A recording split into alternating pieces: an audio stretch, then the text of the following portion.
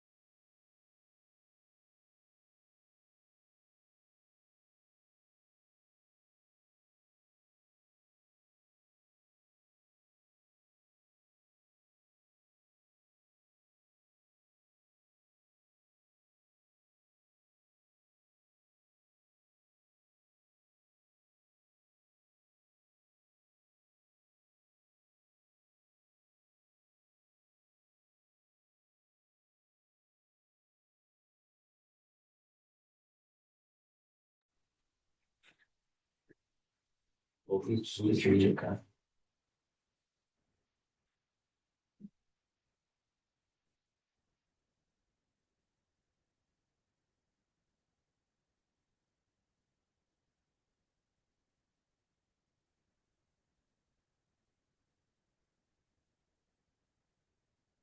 People in Garden Island do it right now. I should go back for it.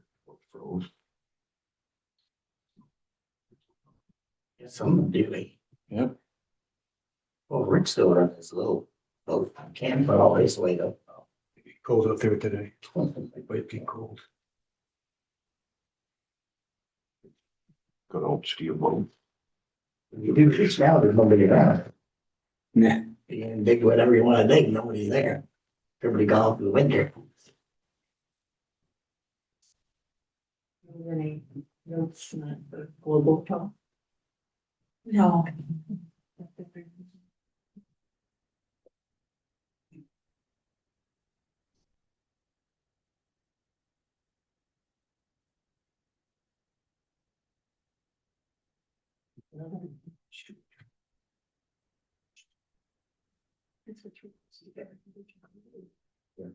You don't have to find comment.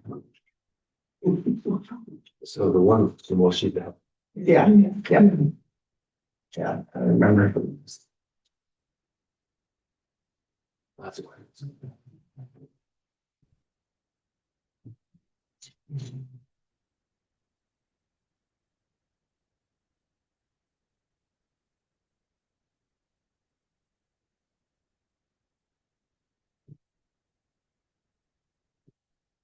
Because of the, that's it.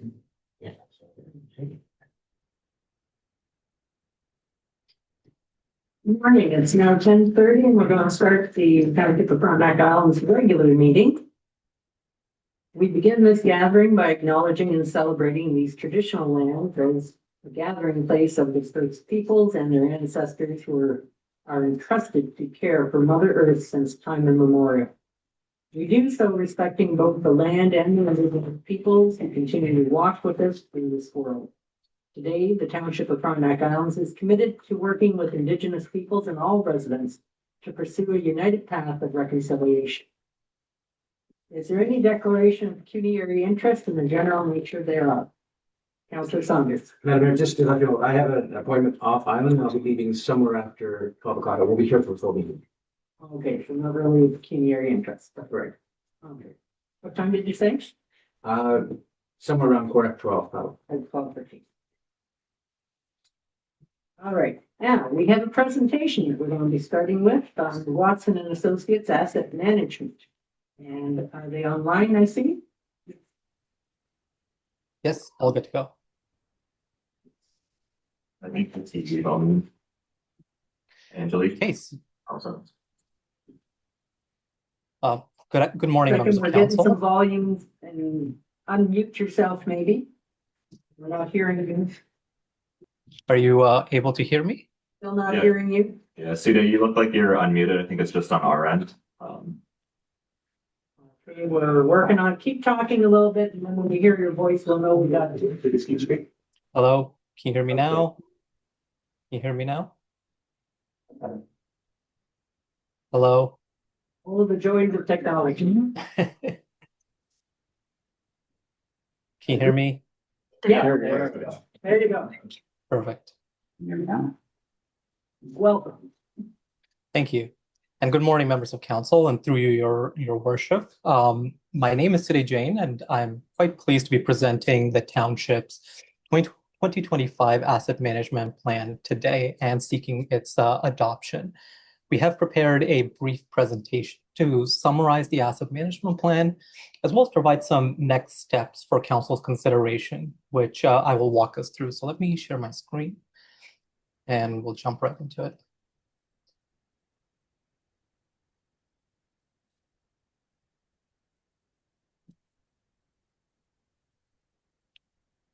Is everyone able to see the presentation all right? Looking good. Perfect. So presented in this slide is at a high level the process that we have been undertaking to develop the township's 2025 asset management plan and its previous asset management plans as well. The development of these asset management plans has been guided by the requirements of Ontario Regulation 58817 and initially involved the development of the township's 2022 asset management plan for its core infrastructure assets. Following that, we assisted the township develop its 2024 asset management plan for its non-core infrastructure assets, and then subsequently began the journey to develop this comprehensive asset management plan. And again, at a high level, the development process for this AMP involved, first and foremost, identifying some targets related to the levels of service that the township proposes its infrastructure assets to provide over the long term, the so-called proposed levels of service. It also involved determining the appropriate lifecycle management strategies that would be employed to achieve those levels of service targets, as well as the completion of a financial strategy model to assess the impacts, the financial impacts of achieving those levels of service targets, both on the township's financial position as well as on taxpayers.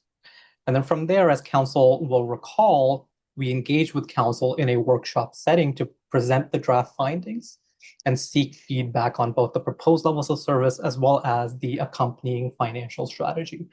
And during that workshop, council had requested that the financial impacts of phasing in the asset management plan over a longer time period, as opposed to the initial 10-year period, be assessed. And so as such, the plan that's in front of you today includes two scenarios related to the financial strategy. The first of which seeks to eliminate or seeks to phase in the asset management plan over a 10-year period, and the second one, which seeks to do the same over a longer 15-year period. Now, in this slide, we have illustrated the current replacement value of the township's infrastructure assets, which sits at over $200 million. There's a variety of different assets that make up this replacement value, which have been segmented into the 4 asset categories presented on the table in this slide.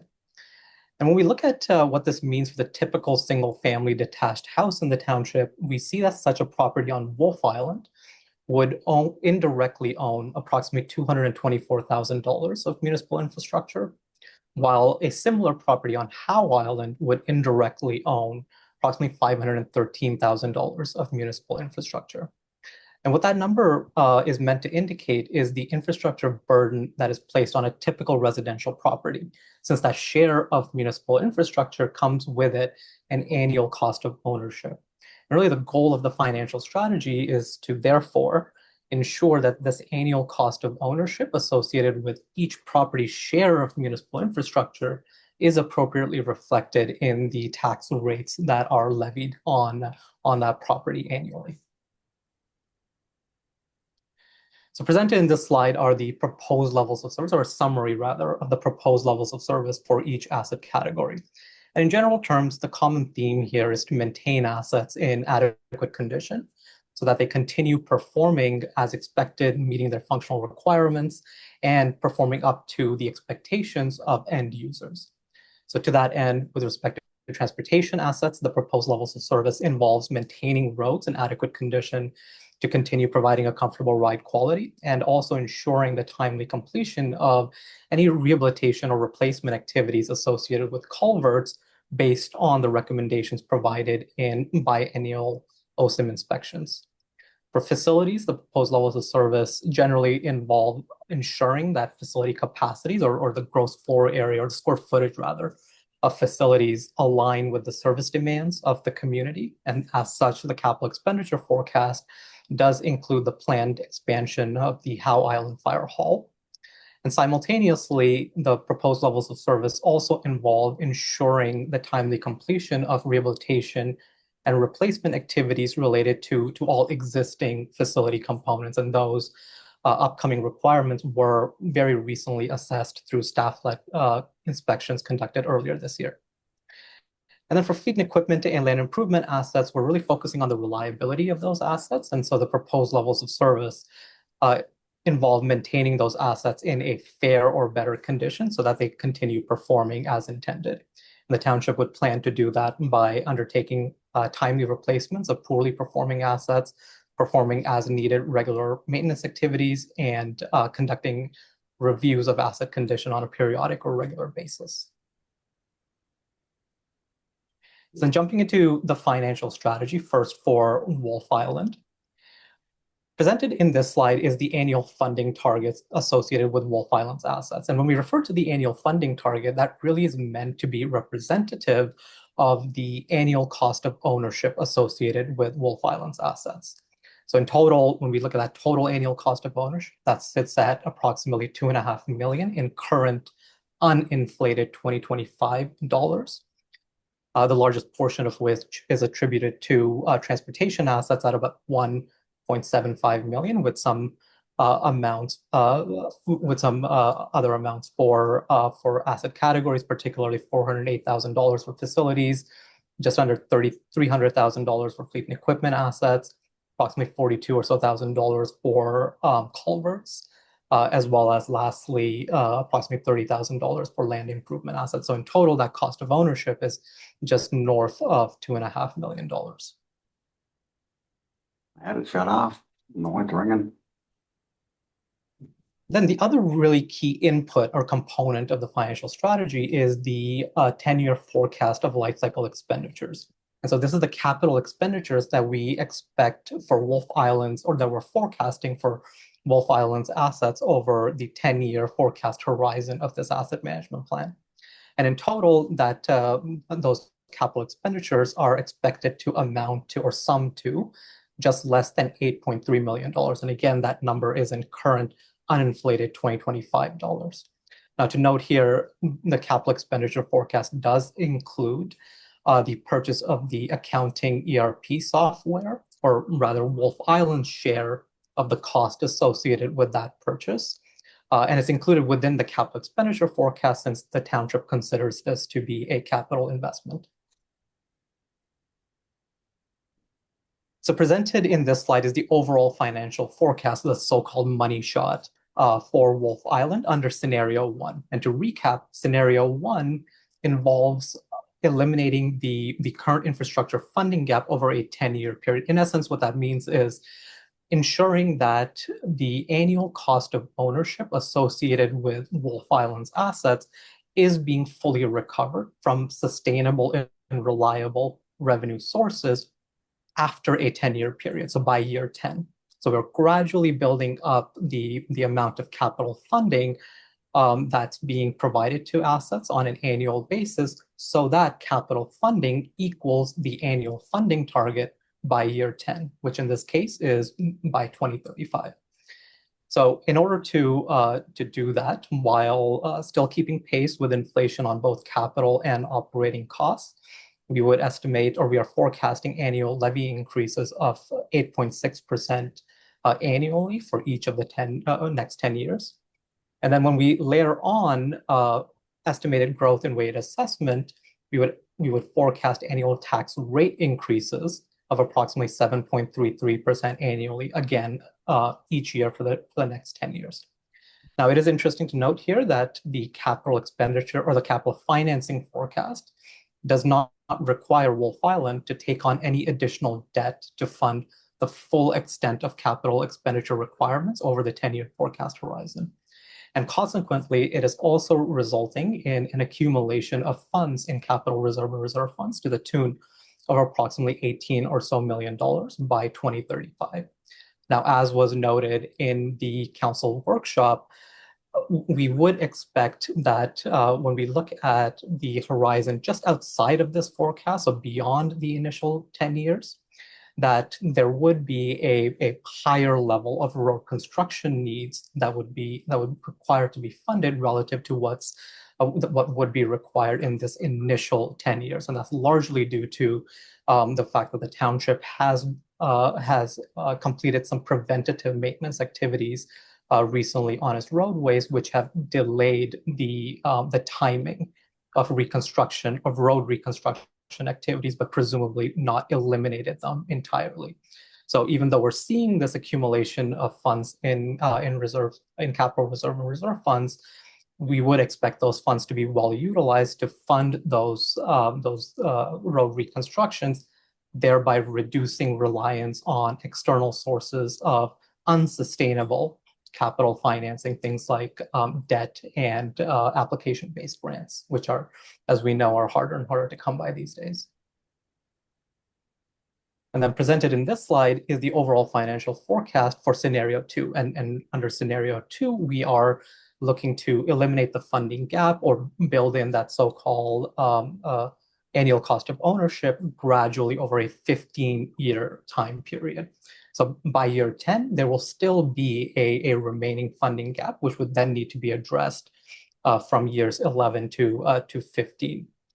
However, in order to do that, we are estimating, and again, while still keeping pace with inflation on capital and operating costs, we would estimate tax levy increases of 7.18% annually. However, this time it's now for each of the next 15 years, as opposed to previously it was for each of the next 10 years. And then once estimated growth in weighted assessment is layered on, we would estimate annual tax rate increases of approximately 5.93% annually, again for the next 15 years. And under this scenario, because we are eliminating the funding gap over a longer time period and consequently increasing our tax levy at a lower rate, that also means that we're building capacity in our capital reserve and reserve funds to fund future capital expenditures also at a lower rate. So under this scenario, by 2035, we would expect or forecast a balance in capital reserve funds of approximately $15.2 million, so about $3.1 million less than scenario 1. Then jumping into the financial strategy for Howe Island. So in this case, the annual funding target for Howe Island sits at just under $840,000. So that's the annual cost of ownership for Howe Island's share of assets. And when we look at the 10-year forecast of life cycle expenditures, we do expect approximately 3.8 or just over $3.8 million of expenditures to be required related to Howe Island's assets. And again, we are including within this capital forecast the cost associated with the purchase of the accounting ERP software, or rather Howe Island's share of that cost. And so here, the overall financial forecast under scenario 1 indicates that in order to eliminate the funding gap and keep pace with inflation, we would estimate or forecast annual tax levy increases of approximately 7.6% for each of the next 10 years. And layering on growth in weighted assessment, we would forecast annual tax rate increases of about 6.19% annually. And by the end of the forecast period, we would estimate approximately $3.75 million in capital reserve and reserve funds. And under scenario 2, that longer 15-year phase-in would require the township to increase its levy for Howe Island by approximately 6.31% annually for the next 15 years. And layering on estimated growth in weighted assessment, we would forecast tax rate increases to amount to approximately 4.92% annually. And similar to scenario 2 for Wolf Island, the scenario for Howe Island does result in a lower accumulation of funds in capital reserve and reserve funds to the tune now of approximately $2.3 million, so approximately $1.25 million less than scenario 1. So that brings me to the end of my presentation. Before we end off here, some recommendations and next steps for council's consideration.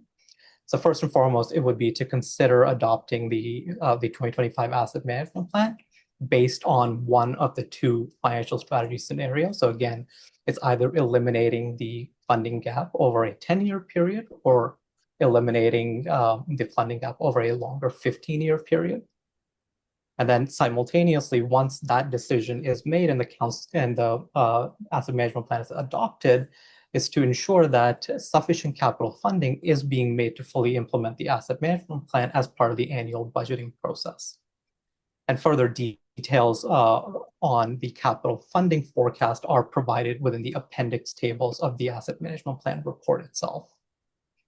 And then in terms of next steps, it is important to realize that the requirements of Ontario Regulation 58817 don't end with the completion or adoption of this asset management plan. There are some ongoing requirements as well, particularly related to the updating of the strategic asset management policy, as well as this asset management plan, both of which are required on an every 5-year basis.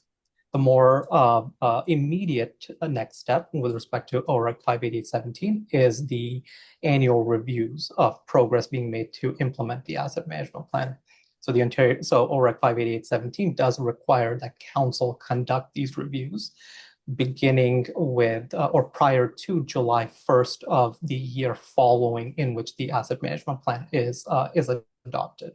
So for the township, that would mean that this annual review needs to be conducted before July 1st of next year, and then in every year subsequent to that. And as part of that review, of course, the annual progress needs to be reviewed.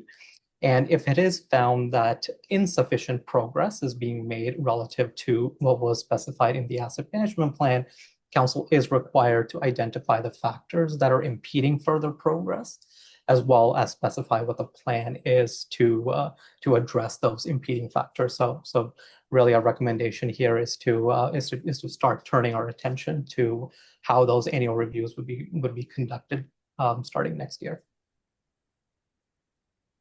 And that brings me to the end of my presentation, and I'm happy to answer any questions and receive any feedback that council may have at this stage. Thank you very much. There are any questions? My first question is so say I have a $5,000 piece of property over 15 years, how much are my taxes gonna go up? Sorry, just so, and through your worship, just so I'm understanding your question appropriately, would that property be on Howe Island or on Wolf Island? Let's start with how. Okay, so on Howe Island, we would estimate that the and again, it depends on, like, the dollar value would depend on the actual assessed value of the property. That being said, we would estimate that relative to what you're paying currently, under a 10-year phase-in scenario, that amount would increase by approximately 6.19% annually for the next 10 years. And if the 15-year scenario is implemented, again, relative to what you're paying currently, I should clarify that. So relative to what the municipal portion of the tax bill is currently, under the 15-year scenario, that would increase by approximately 4.92% annually for the next 15 years in this scenario. I don't think you answered my question. I just want to know in dollars, like, so it's 5% every year. How much is that? People want to know the dollar value, not the percentage, because it's probably hard for some people to figure it out. So say I have a $5,000 piece of property in Howe Island, is it going to be $7,500 in 15 years, or is it going to be $10,000? Just to clarify, you're mentioning that the assessed value of the property is $5,000. Yep. Okay, so well, sorry, the property value, our tax bill levy now is $5,000. Sorry. How much is it? How much is the levy going to be in 15 years? I'm just looking at your report, and I'm wondering if the councillor's question might be answered in general on page 4-30, and that it gives a scenario of the 15 years phase-in period for Howe Island, and it gives an example of the current assessed value and where the tax bill would rise from for a $560,000 house, where the tax bill would rise from $3,065 as of 2025 to approximately $4,954 by 2035. So that, if you look at your scenarios, and that you have it in section 4, page 30, and you have the 10-year piece in section 4, page 28, and that, but I don't, if you can give a more specific answer in that, but that might be a ballpark for you to. Madam Mayor, I did read all that. I was just asking him like an exact or pretty darn close, because I know they're gonna add on the other percentages too. You're adding on the other, which would be fire and school, or school and County. county on top of this. So you're talking every year, we're gonna be over 10% tax hike for till 2035. That's serious money for people. That's doubling my taxes. People cannot afford that. That we gotta figure out a better plan. Okay, is that an accurate, would you like to speak to that at all? That's the question. Yeah, for sure. For sure. And through your worship. So assuming that that $5,000 is not the total tax bill and is rather just the municipal or the township portion of the tax bill, under a 15-year scenario for Howe Island, that tax bill increases by 4.92% annually for the next 15 years. So after a 15-year period, that tax bill would double. So it would be approximately $10,000 or so after 15 years. And again, that's under the 15-year scenario. And just my second question, again, I think the answer before is the strategic plan written in stone? Do we have to follow this plan, or this is recommended?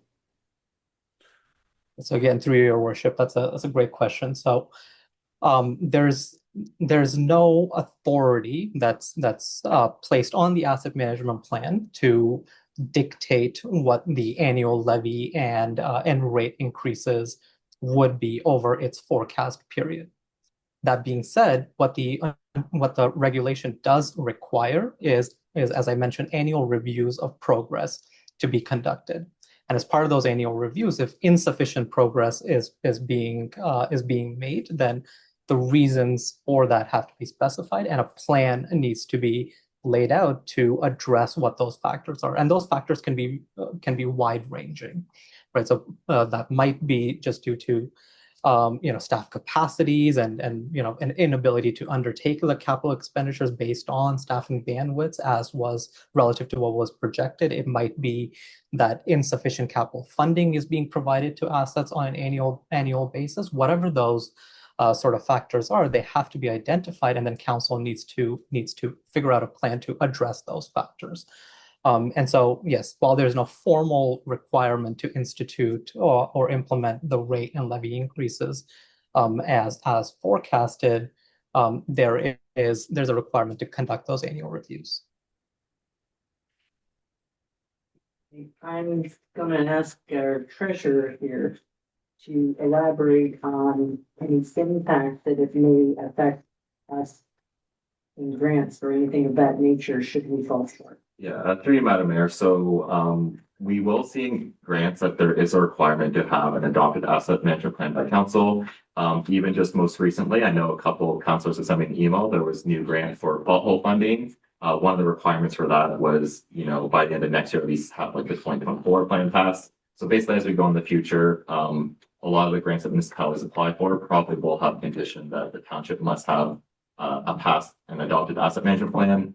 Like today said, as long as we're doing our annual progress reports and monitoring, I don't think grants would be limited if we weren't meeting the plan. Because like you said, part of the reasons we might not meet the plan is because we don't have the funding available. So it wouldn't make sense in my head for us to get penalized from being able to get further funding.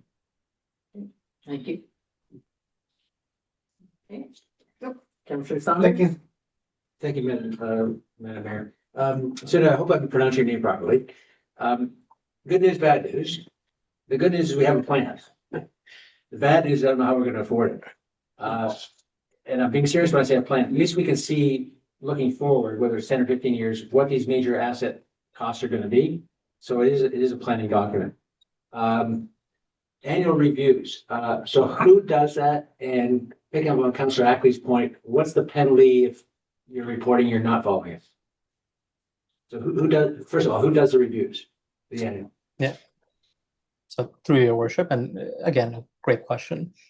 So as required by the regulation, it is council's annual reviews. Now, of course, all that being said, administration would of course assist council conducting those reviews and perhaps prepare the information and the content that would influence council's review, but it is very much council's review of the annual progress, and so hopefully that answers your first question, and that review, as I mentioned, is required by July 1st of next year for the township.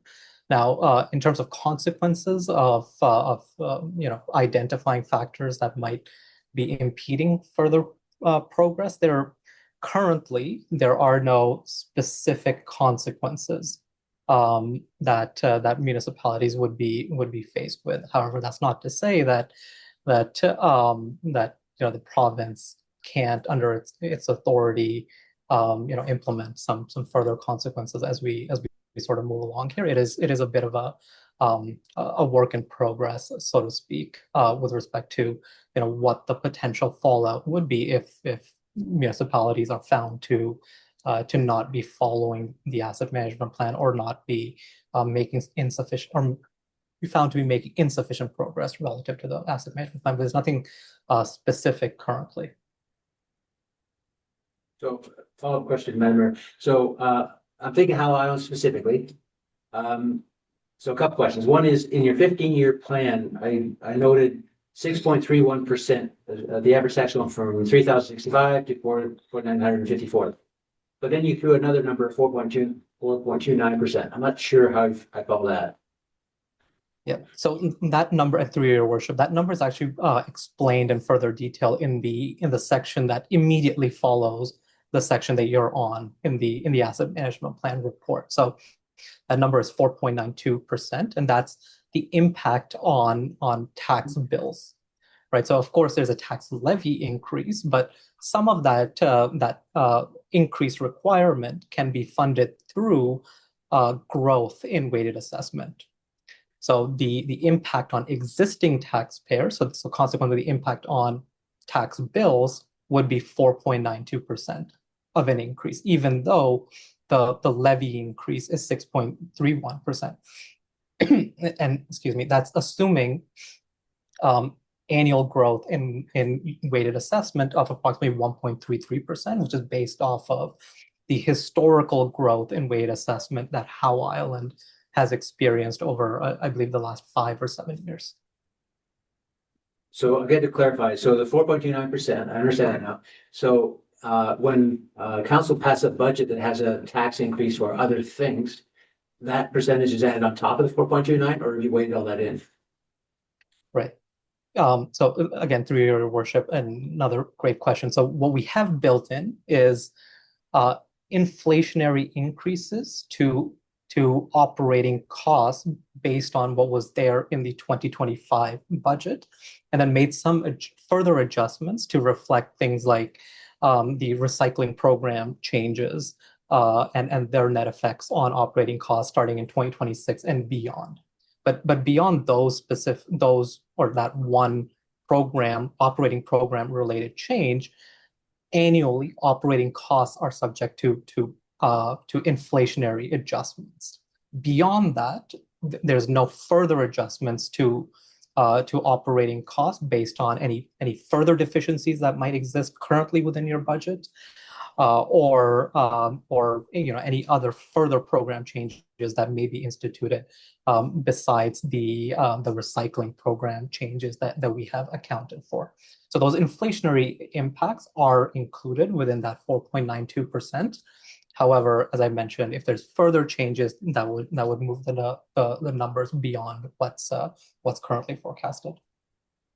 Okay, so, Madam, I think I have 2 more questions. One is, so assuming we adopt the plan, assuming probably the wrong word, assuming we adopt the plan, it would be council's job every year to determine how much they're going to contribute towards building a reserve for this plan. They'll have that option every year. Is that correct? That's correct. And again, sorry, through your worship, this plan does not supersede council's authority. in any way in terms of the annual budgeting process. So annually, council is still required to pass a budget and is able to pass whatever budgetary estimates that it so chooses. Thank you. And Madam Mayor, through you to the treasurer, in 2027 for Howe Island, we're showing expenditures of $383,000 in 2027. What is that for? Through you, Madam Mayor. So I believe in 2027, the two big ones that Howe Island would see would be one, the new accounting software that's been built into the asset management plan. At this point as well, just built into the forecast, we've also included costs for the Howe Island Fire Hall. In 2027, I think there's a small break in road work. And then you'll see if you look through the rest of the table, the capital road maintenance begins in 2028 onwards. Thank you. And follow-up question, Madam Mayor. I thought we're building reserve for the fire hall expansion. Yeah, through you, Madam Mayor. So yeah, including those calculations would be a utilization of reserve money to purchase it. So in the tables that is accounted for, the reserves that have been built up.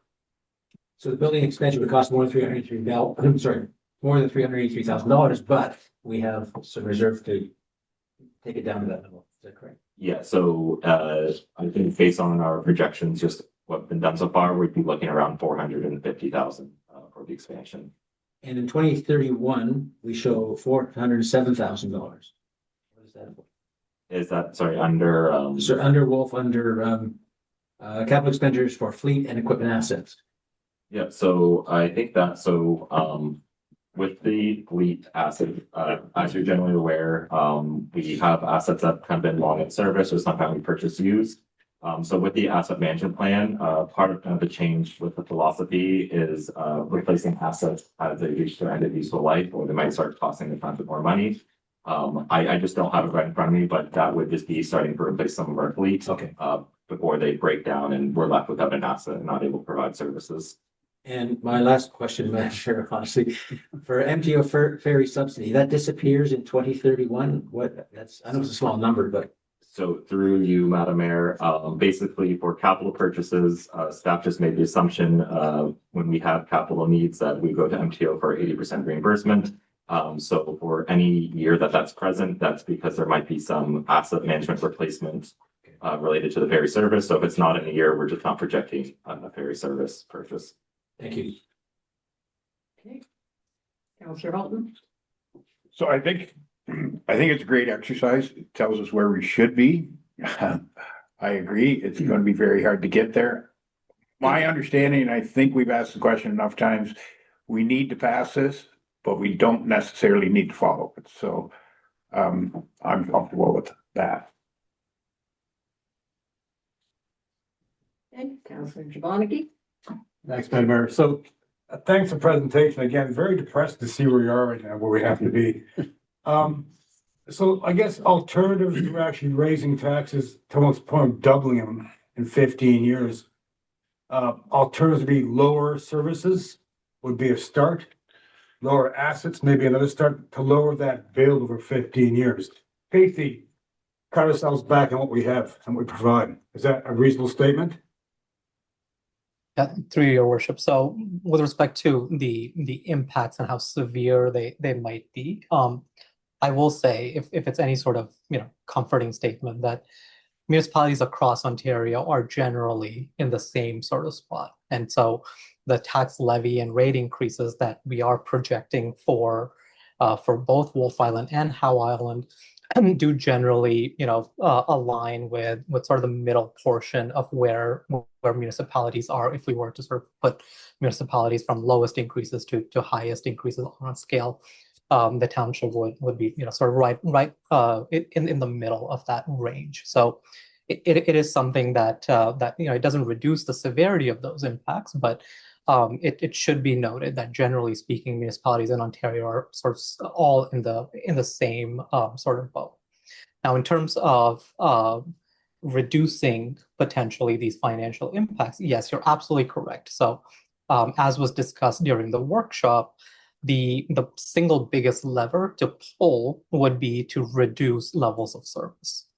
Now, we did, undergo that workshop, and based on staff assessments or staff consultations, it does does indicate that the current levels of service are generally sufficient and should be maintained over the long term. And so besides that one planned expansion of Howe Island Fire Hall, there are no increases to levels of service included within this asset management plan.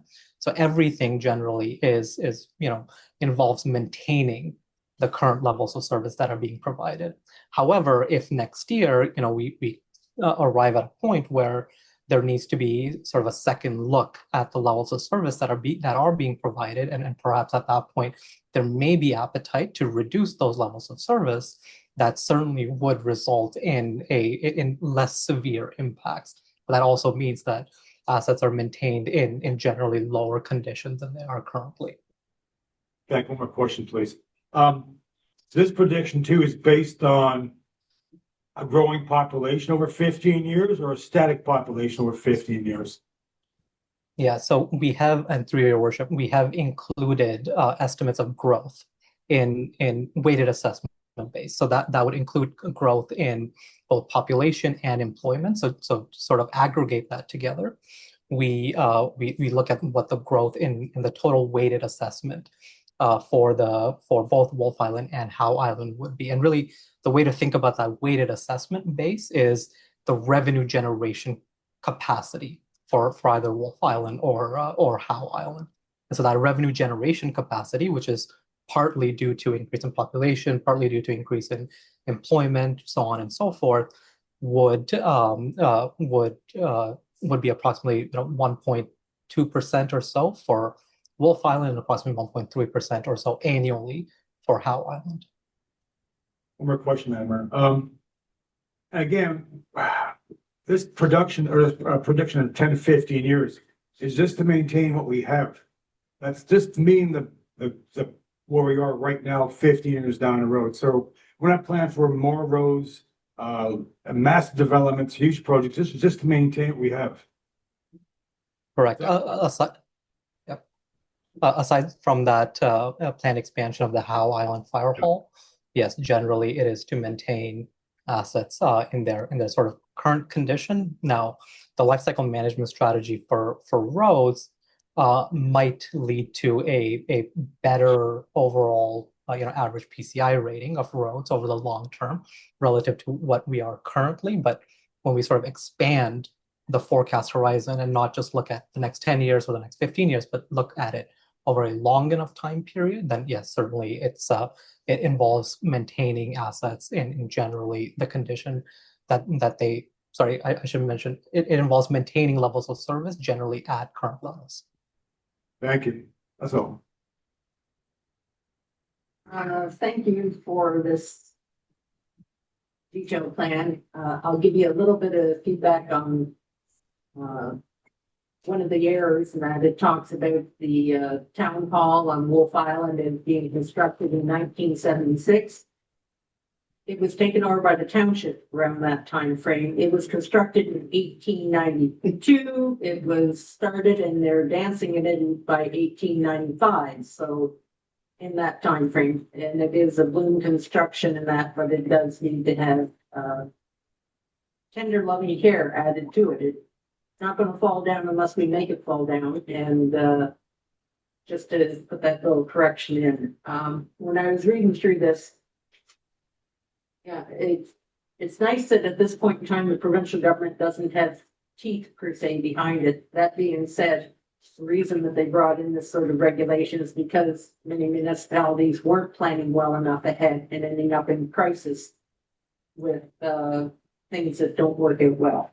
So I do appreciate that, but I've been a strong advocate from the start of term that we need to expand our tax base rather than just the tax rate. And this speaks to it. And that not only should we be going after every single grant application, even if it has that we have to have some matching funds or partial funds, etc. But even when we look at people that are currently paying a very low tax on an empty lot and putting a lovely mobile home there for the summertime, and we're not capturing that. That's the sort of stuff that, given our island status, and that we could probably rake in another couple $100,000 over and above, and that would help to keep the tax rate down for those that are paying their fair share of their buildings. Short-term rentals and that, we see them all over the place and we're not recouping any of this. Municipal accommodation tax, that 50% of it goes towards the businesses to promote their own businesses and 50% of it raised goes for the township to support them. These are things that are important, and I can see that while we can adopt this plan, if we think outside the box, it may not be as dire for our residents as what's being presented right now and present a fair taxation model, given the tourism type nature of our residents now. There are people that have, you know, their businesses here, the farm here, et cetera, and that, but there's lots of people that are at this point basically running hotels on what is an empty lot in some cases and in the house in other cases. So I think it's up to us as a council and future councils to catch up with making sure that everyone is paying their fair share in the taxes and that. And as you made it as clearly aware, we have to pass it one way or the other. And that, whether it's a 10-year or a 15-year, we still have the wiggle room in the middle on that, because many times we have equipment that may be technically beyond its lifetime based on age.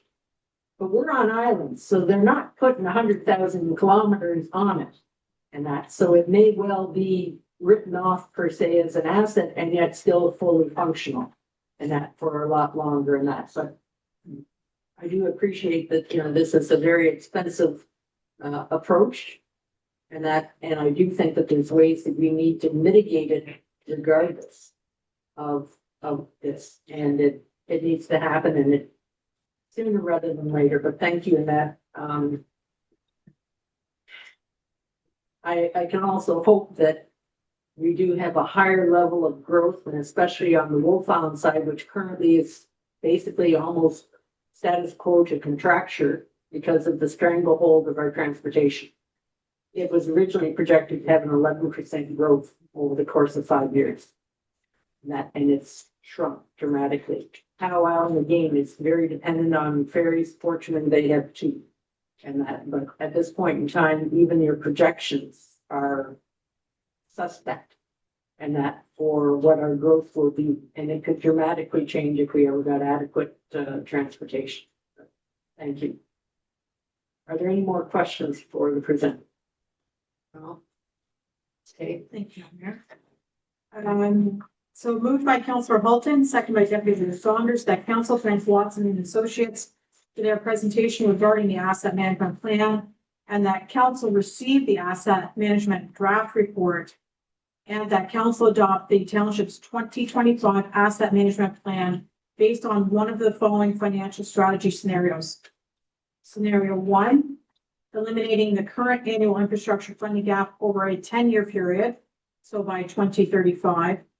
Or scenario 2, eliminating the current annual infrastructure funding gap over a 15-year period by 2040. As part of the annual budgeting process, ensure that sufficient capital funding is made available to fully implement the AMP. So scenario 1 or scenario 2. okay, discussion. Yes, Acton. There's no scenario 3. No, Yes. We can't keep our strategic plan that we already have our plan. no, this is for moving regulations that are required. I thought we were already following regulations. Not the asset, yeah. Yeah, well, I'm definitely not for the 10.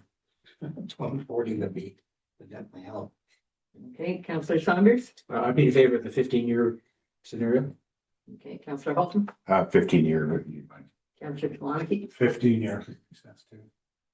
I agree, 15 years, and as I said, I hope we can find mitigating mechanisms along the way.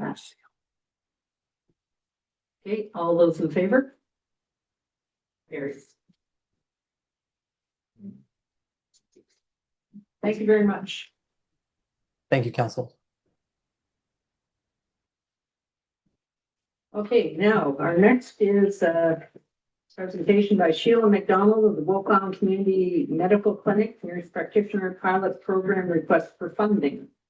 There's a letter associated with that. I assume Sheila is going to do a presentation. Yes. Yes, thank you. I just wanted to start by saying thank you on behalf of the board for your receptivity to hearing and seeing another additional grant request from the clinic. And when I did the last grant submission, I did get a sense there was a willingness to do more. And at that point, we were in the very early stages of planning this initiative. So we moved the conversations along more quickly to take advantage of the opportunity to present once again to the council. So as I outlined in the submission, we've worked out a rough case of the financials using the Iridia Clinics model. Now, Karen Fisher, who is part of the leadership of those clinics, was formerly a nurse practitioner operating the walk-in clinic on Wolf Island back in the day. So as you can see, these clinics are on a pay-per-visit model, and we would like to have the residents be able to access a walk-in clinic at no cost to them, with costs being borne by the community medical clinic and hopefully some financial support from the township. So we have a conference call with Karen Fisher. She's quite interested in in doing this initiative. So we have a conference call with her on Friday to go into further detail. We have also reached out to Lee Truman. She is the placement coordinator for the nurse practitioner program at Queens. And she is also very interested in utilizing this walk-in clinic as a placement opportunity for second-year residents in the nurse practitioner program. And she has provided us with additional information. So that would be obviously something that would be up to ultimately Karen Fisher, because her nurse practitioners would be doing the teaching. But I think it links us in with Queen's University, which I think is a good opportunity as well. So I'm happy to take any questions or comments. Okay, Councillor Ashley. Again, I think this is just a great idea, seeing how they're working 100%, and any help for young or elderly people that need some medical attention. This is great. Okay, Councillor Saunders. Thank you, Mayor. I fully support your request, just for the record, and also for the record, this will come in my tax bill. So I'm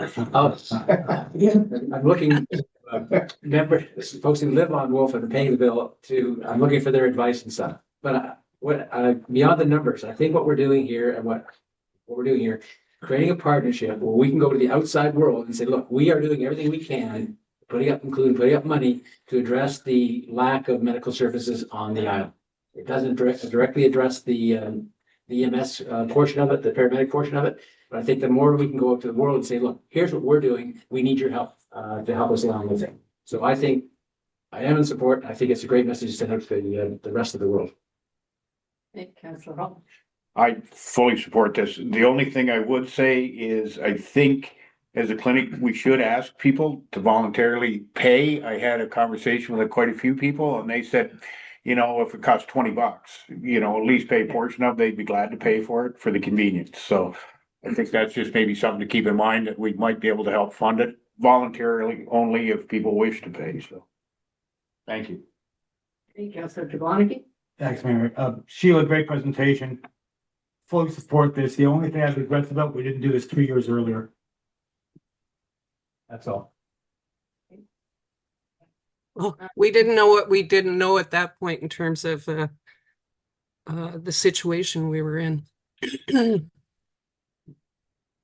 It is a good proposal, that, and one thing I would look for is a repeat of a motion to go back to the county of Frontenac, because this is essentially about recruitment and providing services for a defined pilot project, and there is money set aside that initially we were denied because they viewed that the council did not contribute to it already. And that's, so if we do contribute to it and that, going back to the county and that, and asking for assistance seems more than reasonable on that, because I'm keenly aware that others will be asking for much larger amounts than that for their version of recruitment of nurse practitioners or physicians, and this is a very reasonable approach to it.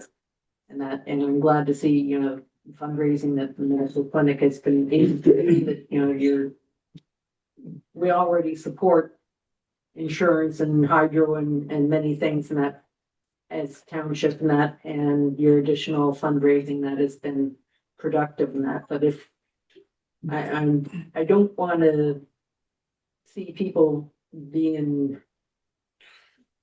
forced into paying additional funding for healthcare and that, setting it up that way.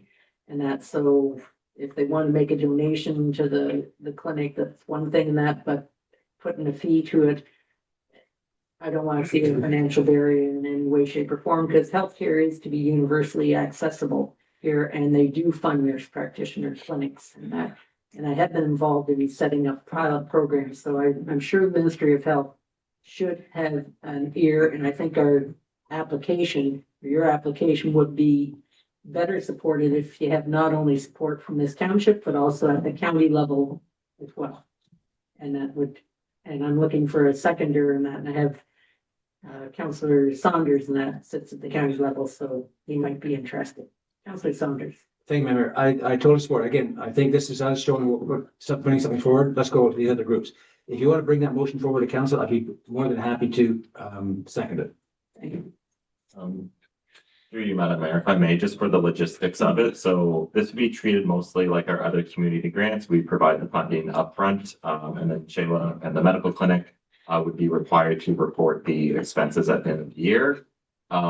We tend to structure in such a way where they report their revenue. So if there is additional revenues from the county, basically they report the program results, and then if there's any unfunded amounts, our amount would go towards it. That's usually typical for community grants when it's a project. You take into account all the revenues and the expenses and fund a portion. But like I said, I know they're still figuring out some of how it will work, or Shayla in the medical clinic. But we'll just structure the grant that will provide this money, and if they have the expenses, then, you know, they get the reimbursement and they don't have to return anything for the township. Okay. On this note, I'm drafting right now then a motion. That motion that the county of Frontenac match the township of Frontenac Island with providing funds for the pilot project of nurse practitioner recruitment. And that should get us to a point where it's identified that it is for a pilot project of nurse practitioner recruitment. And that should meet the criteria that they're looking for at the county level.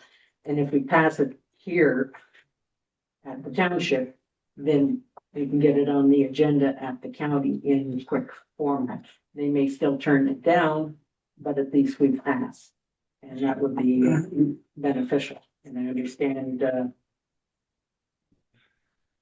Councillor Saunders willing to help with that at the county level and that, but I look for a seconder here other than him at the township level and that, so I can hand it over to Councillor and that to become the deputy mayor to pass that motion. And I'm looking at the CEO who wants to get the wording down. Just to be clear. Yeah. We're passing our part anyway, but we're putting this little addition. Yes. Yeah. So Yeah, that's not whatever contingent on the first part. No, whatever amount we decide to pass here, we're gonna ask the county. Just Match match it. And if they don't, they still get the funding. Yeah. Correct. So that's what you want. And it will reduce the burden on the medical clinic in the end. And that, and make it more pliable, so. Are you amenable to me putting the wording down? Yes. Okay. You get the word, you got the spirit of it. Okay. Councillor Saunders. And I was wondering, since this is kind of rushed, would it be better to have you make that a notice of motion later on the agenda, and then we can get the wording properly and bring it back to the next councillor, or do you want to? If everyone's amenable to, it'll take me like 2 seconds to get this in. Yeah, I think if we do it now and then it can get onto the agenda at the county level. Because budgets are getting passed all over the place and I'd sooner have things like that moved in a speedy fashion. Yeah. That being said, I won't be at the next county meeting. I can't be in two places at one time and so Councilor Saunders and that. Need to be the one to speak to.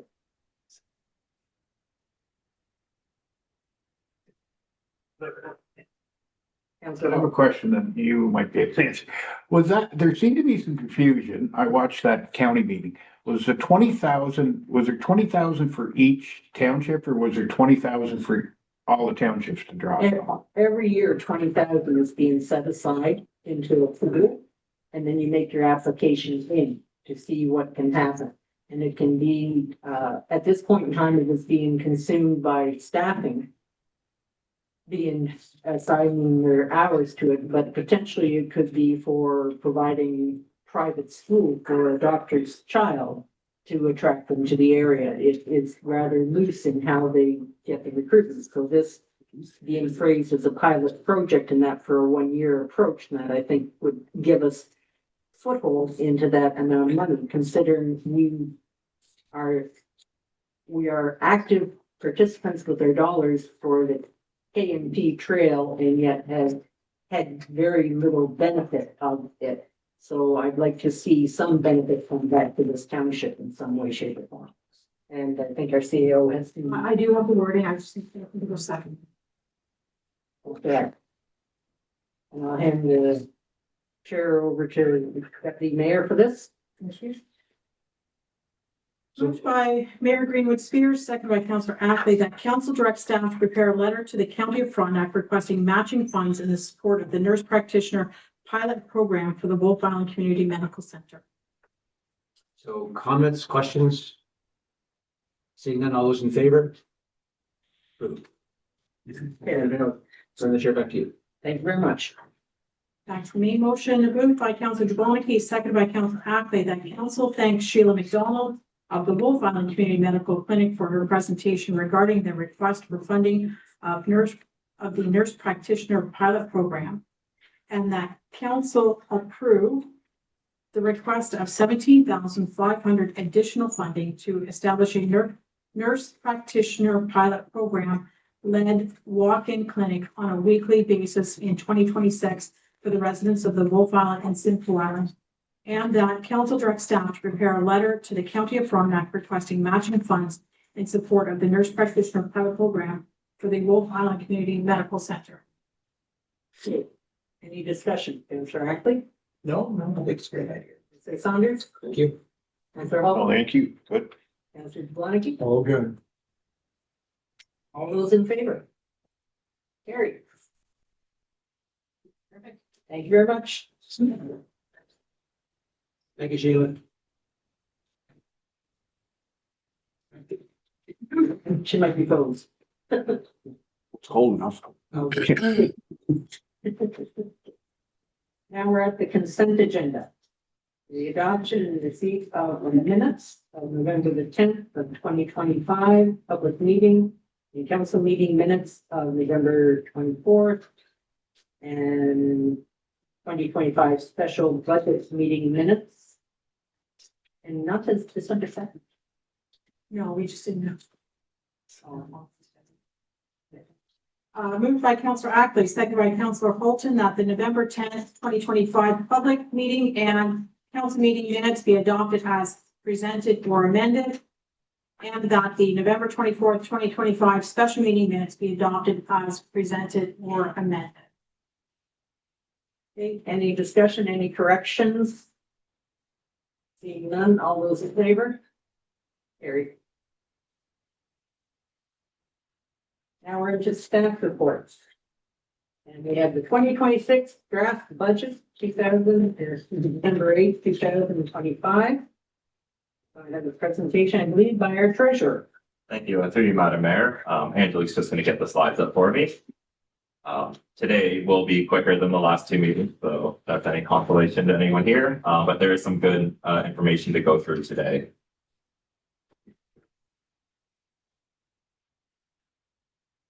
So Angela, if you want to go to the next slide. Ooh. Okay. So not going to spend too much time here. We've already kind of talked about the timeline a lot. Basically, we're at the very end. Hopefully today, the budget will either get approved or we'll get final direction. But I think what will end up is we'll have a clear idea of where the budget sits. If you want to go to the next slide, Angelique. So what I'm going to go through first is the changes from the slides presented on the November 24th and December 2nd. So these next few slides basically took all of council's directions and showed the impact it had on the budget. The first slide here is just the removal of the 2% cost of living adjustment. So this shows the change in salaries and the change in benefits for all the departments. Ultimately, at the end of the day, it was about $33,846 decrease in salaries and an $8,362 decrease in benefits. Again, we are still implementing the salary grid. We're just not applying any cost of living adjustment to it. If you want to go to the next slide, Angelique. So here I identify specific changes to departments that do not relate to salary and benefits. So again, salary and benefit changes hit most departments, but this is just for specific changes that don't relate to it. So per council direction, we took off the removal of the Wolf Island Business Co-op position. Ultimately, that led to a decrease of $11,554. For the Wolf Island Medical Clinic, basically with the community grants, since all the grant allocations weren't approved, we had an extra leeway of room to work with. So to add the additional $17,500 request, we only required to increase our community grant funding by $11,550. So at the end of the day, with those two changes, we actually have a decrease of $4.26. Moving on to the or the next slide, which is Howe Ferry. A lot of changes here that don't end in a big difference overall. So the first, I'll just talk to it, the MTO on-call. So basically we added in the budget the cost to add the on-call program to have one Howe Island Module staff on-call year round. In the event that the county fair is down or any reason, whether it be in the middle of the night or there's technical issues. So we increased the revenue. Again, based on council's direction, we are only going to implement this with MTO approval and reimbursement. At this time, we still need to have those discussions with MTO, but that's based on the assumption we get that improvement. So we have that kind of $5,000 increase there. In taxation, if you look at, $25,000 of expense, less than $28,000 in increased revenue. So that $5,000 increase is offset by the removal of the ferry camera upgrades. So we're removing about $16,000 in capital expenditures. Again, those were going to be covered by 80% subsidy. So we're also losing out on $12,736 in revenue. Again, end of the day, these two changes together increase the taxation amount for Howe Island residents overall by $1,909.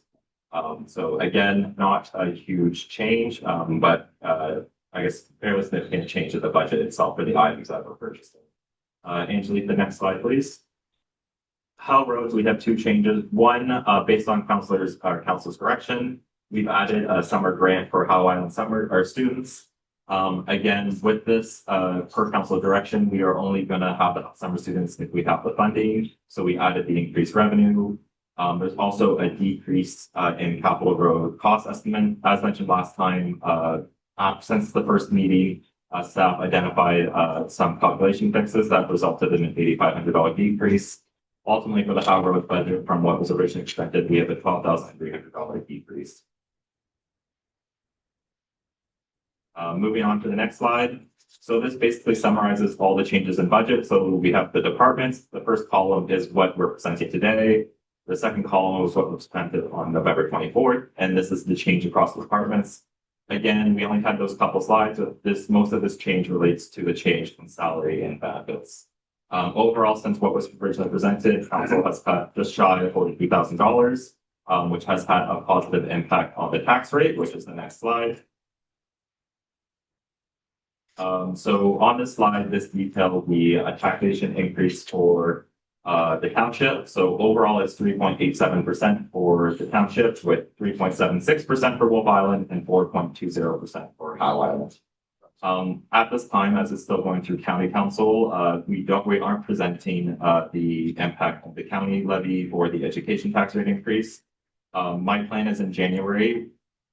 Whatever is approved today, I'll have a final set of slides that has all that information. But this, again, what we do have, effect over what can change from this council are these tax rates, which are the township. Like I said before, just for memory, the Wolf Island was originally at a 4.98% increase, which was dropped down to 3.76. And Howe Island was originally 5.35, with through council direction has dropped down to 4.20. If you want to go to the next slide, Angelique. So basically, again, we removed the cost of living adjustment, but we have applied inflation to our operating budget. So we applied 2% to our operating expenses. If you go to the next slide, we've already spoke about debt. There's been no changes in this version of the budget. If you want to go to the next slide, Angelique. The reserves, we have updated them. So there was no changes in the use of reserve, but there have been two changes that we just want to bring to council's attention. One is with the purchase of the Horns Ferry, we've adjusted the wind reserve. So before, again, just the kind of high level, we had an ending reserve balance of 3.5 million. So the overall ending reserve balance is 3.2 million. These slides were also adjusted to account for the actual costs related to this tandem snowplow. So again, the biggest change if you compare to last slides is the Wolf Wind Reserve is now sitting at 285,000.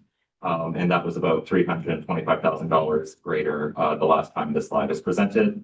Otherwise, there's been no changes on the reserves. If you want to go to the next slide, Angelique. Again, no change to the obligatory reserves. I will note we did make the correction for the one Pala road cap. We had the OSEP and CCBF mixed up, which the mayor pointed out. So that has been corrected further down in the slides. If you want to go to the next slide, Angelique. We do have the actual assessment values from MPACT. So these are based on the real assessment roll. What I will note is more of the increase went to Wolf than Howe. So that has been built into everything. Again, the tax rates that we showed you reflects these assessment values, and we built in the actuals. And again, the numbers we had before were just based on projections, and we don't unfortunately get the projections broken up by island, but we do have the final numbers here. If you want to go to the next slide. So again, this slide just summarizes the raise by taxation by department. It's all been updated and it has the new amount. Again, this is just more for people reviewing the budget and for council just to have a slide that summarizes each department. If you want to go to the next slide, Angelique. This kind of breaks down the raise by taxation, basically just narrows in on the change from last year. The blue represents decreases. The one thing I will note as well is that overall, the percentage, the graphic on the right, those have remained the same. You want to go to the next slide, Angelique. Again, these are just summaries based on each of the departments. Again, it's more of a deeper dive. Again, for this slide and the next three, basically it's been consistent since the first presentation. There's a decrease in operating and a bigger focus on capital. If you just want to kind of click through the next slides and maybe leave them up just for a couple seconds.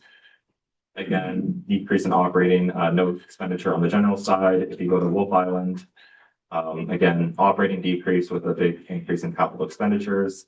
And Howe Island, finally, same thing, a little bit decrease in operating with an increase in capital expenditures. Next slide, Angelique. So again, these two slides are just a summary of all the capital projects broken out by department. For Wolf Island, there's been no change in the overall dollar value. There's no changes were directed by council. If you go to Howe Island, Angelique, there has been a change here where the Howe Ferry, we removed the camera, so that's no longer present, as well as updated the capital road cost, and now it's $501,422 instead of $510,000. If you go to the next slide, this basically just summarizes the asset management plan. So with regards to this, we just had that meeting. So based on this slide, I just want to identify that the asset management plan has identified a gap in what we spend on capital purchases or save and what we should be spending based on our inventory of capital infrastructure. So the annual funding gap for Wolf Island is 1.4 million, where the annual gap for Howe Island is 497,000. So per the financial strategy, it takes into account what we get for OSA, CCBF, if there's MTO funding on Wolf Island, what we get for the wind money. But ultimately, accounting for all those things, we're left with the funding gap. In these slides, I have presented both a 10 and 15 year. The 10 year is not as relevant, so I will just speak to the 15-year phase in for both islands. If you want to go to the next slide, Angelique. So ignore strategy 1 as it's no longer relevant. Strategy 2, the annual proposed tax rate increase from the asset management plan was 5.93%, which represents an increase in property taxation of $150.37. Based on where we're at now, to meet the 15-year phase in, we would require an increase in the Wolf Island tax rate from 3.76% to 5.14%. This represents an increase of $32,634 to the levy, and an overall taxation increase of $35.38 per household. A couple of things I want to comment is we knew the asset plan was coming, so when staff prepared the budget and kind of working with council, we have increased the expenditure on capital assets. What you might be wondering is how does the 5.14% allow us to hit the 5.93% target? This is because the decrease in operating costs. Ultimately, there's less an impact to increase our tax rate because the operating expenditures have come down a little bit with respect to recycling or the fact that we got OMPF funding increase. So again, in this scenario, a 5.1% tax rate increase would be meeting our 5.93% asset management plan funding target. I'm just going to go on to Howe Island before I speak just to budget impacts and next steps. So Howe Island, to get the annual proposed tax rate of 4.92% for capital assets, we require an average residential property taxation increase of $150.77. This would require the tax rate, and sorry, there's a typo here. So it would require an increase to the Howe Island tax rate from 4.2 to 4.29%. Overall, this is a $1,163 levy increase or $2.91 per household. As you can see here, just based on how the numbers worked out, Howe Island is much closer to meeting the asset management plan funding targets. What I will say, just to kind of summarize our conversation, is we're not required to increase our taxes to meet the asset management plan. Obviously, as staff, my recommendation is we have those targets and those numbers are based on fact. So I would recommend, increasing to get to those targets. But the other thing, and this can be more council discussion, we have had, significant tax increases the last 3 or 4 years. And we are still moving really close for both islands in a great direction to increase capital expenditures. So looking today, really kind of the big change in the budget is staff are just looking for direction. Do we increase the tax rate to meet the asset management plan funding targets, or do we leave as is? Again, that's council's decision. I think so. The discussion now. I think the discussion now makes most sense. We're almost done the slides. But yeah, we'll have the discussion now. Thank you, Councillor Ackley. So just a little clarification. Yeah. You brought the tax rate down to 4.2. Yeah. Whereas 3.76. 6. So that's wonderful. There were some things in this little section here first. Did we not chop the ferry gates? No, it was just the cameras. I didn't think we were from ferry gates. To the fact that will there not be another inspection from MTO to verify that these are safe for people to come on and off? Will there be more cost to that? Because are we gonna have another inspection of the boat if we just had an inspection?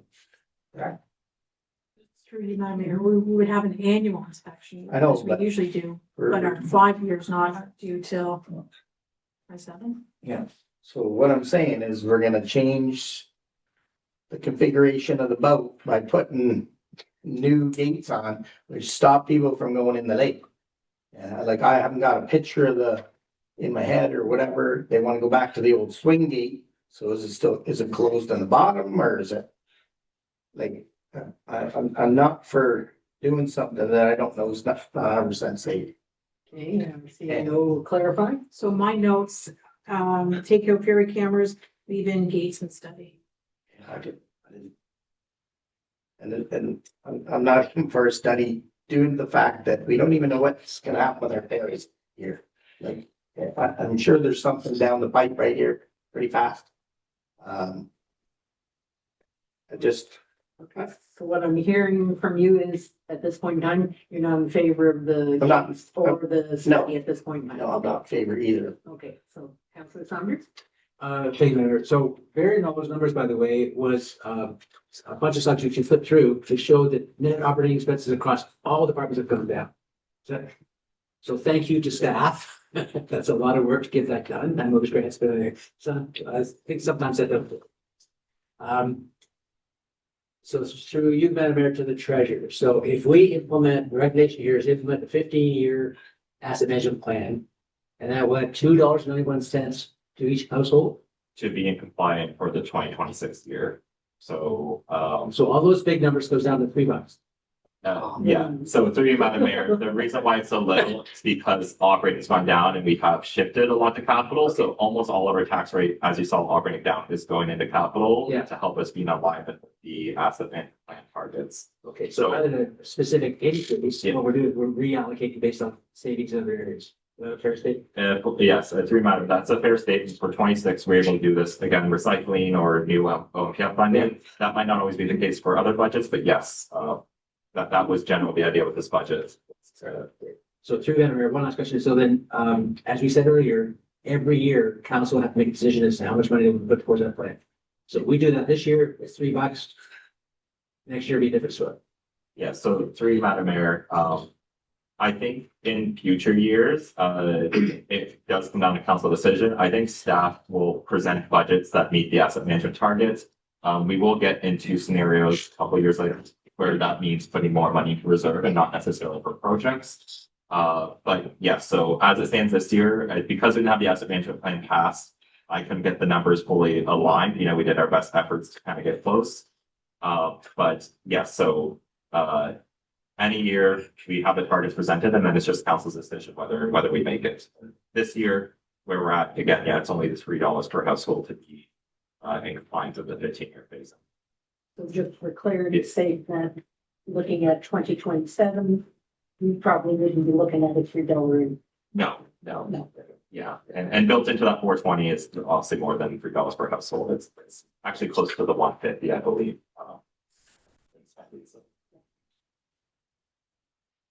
Okay, Councillor Holden? I've had trouble. I wanted to get that down. We got it down and now we're gonna pass in set management plan and say, no, we're not gonna meet it the first year.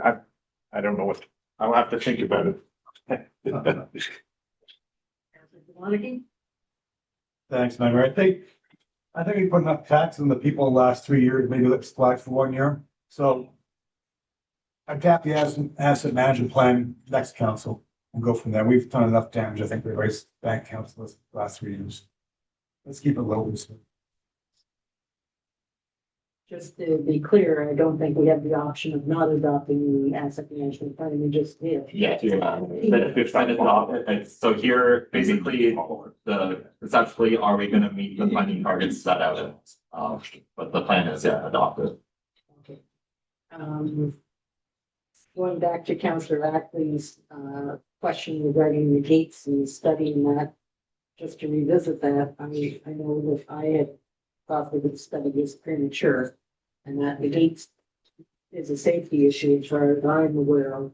And that's why I had less resistance to that. But given the flex that we're at with ferries, Apple Island, and that, I just didn't see any point in doing a study ahead of time and then coming up with a recommendation from a study to spend more money on something that may get changed within the next year or two. And that, so are you making a suggestion of removal of one or both of these? And I'd suggest we want to separate them, but it might be a different. Yeah, I'd like to remove both, but if you're suggesting move, we vote on one and vote on the other. One at a time, that's, Okay. I would like to, First one you'd like to have reconsidered? the gates. Okay. Councillor Holden? I just have a couple of questions. What is that? And both of those 80% MTO funded, so what would the actual budget impact be by eliminating each of them? I can get that for you, sorry.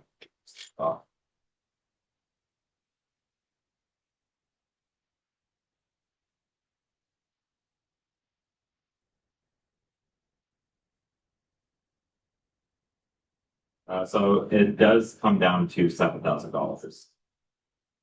For Howe Island, which again, for context, about 12,500, I believe, is a 1% change in the tax rate.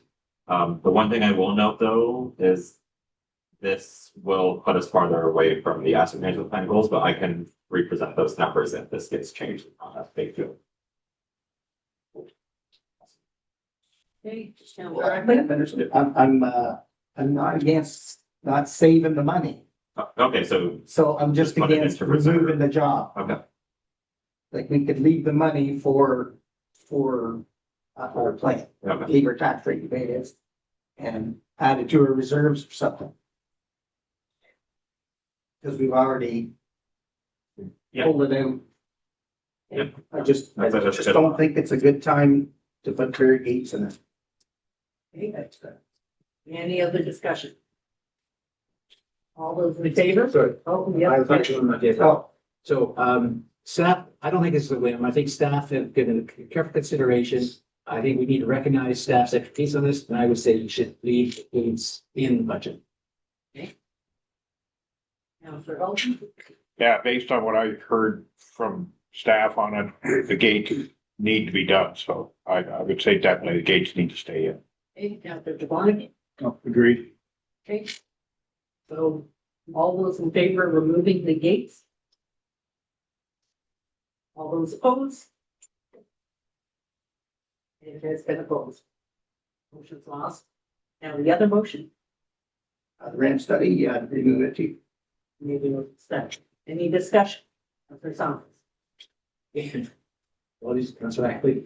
I disagree. Again, we know when the water's low, we know the water levels are all over the place. We know that the loading with ferry was compromised last year with the low water levels.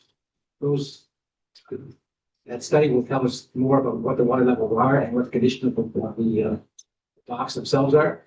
And I don't want to relay that on my hope that there's going to be some action by MTO in the next several years. New ferries and changes to the ferry. So I think it's something that should be done. Councillor Holden?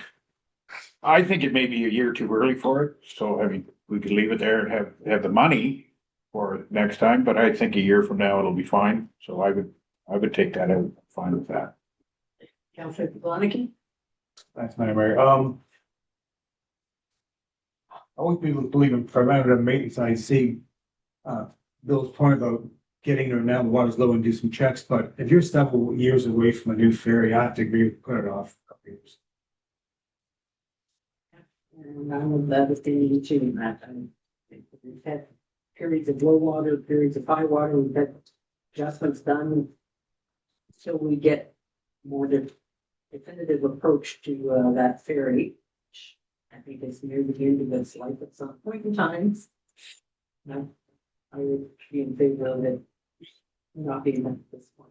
So all those in favor of removing it from. Did you have something?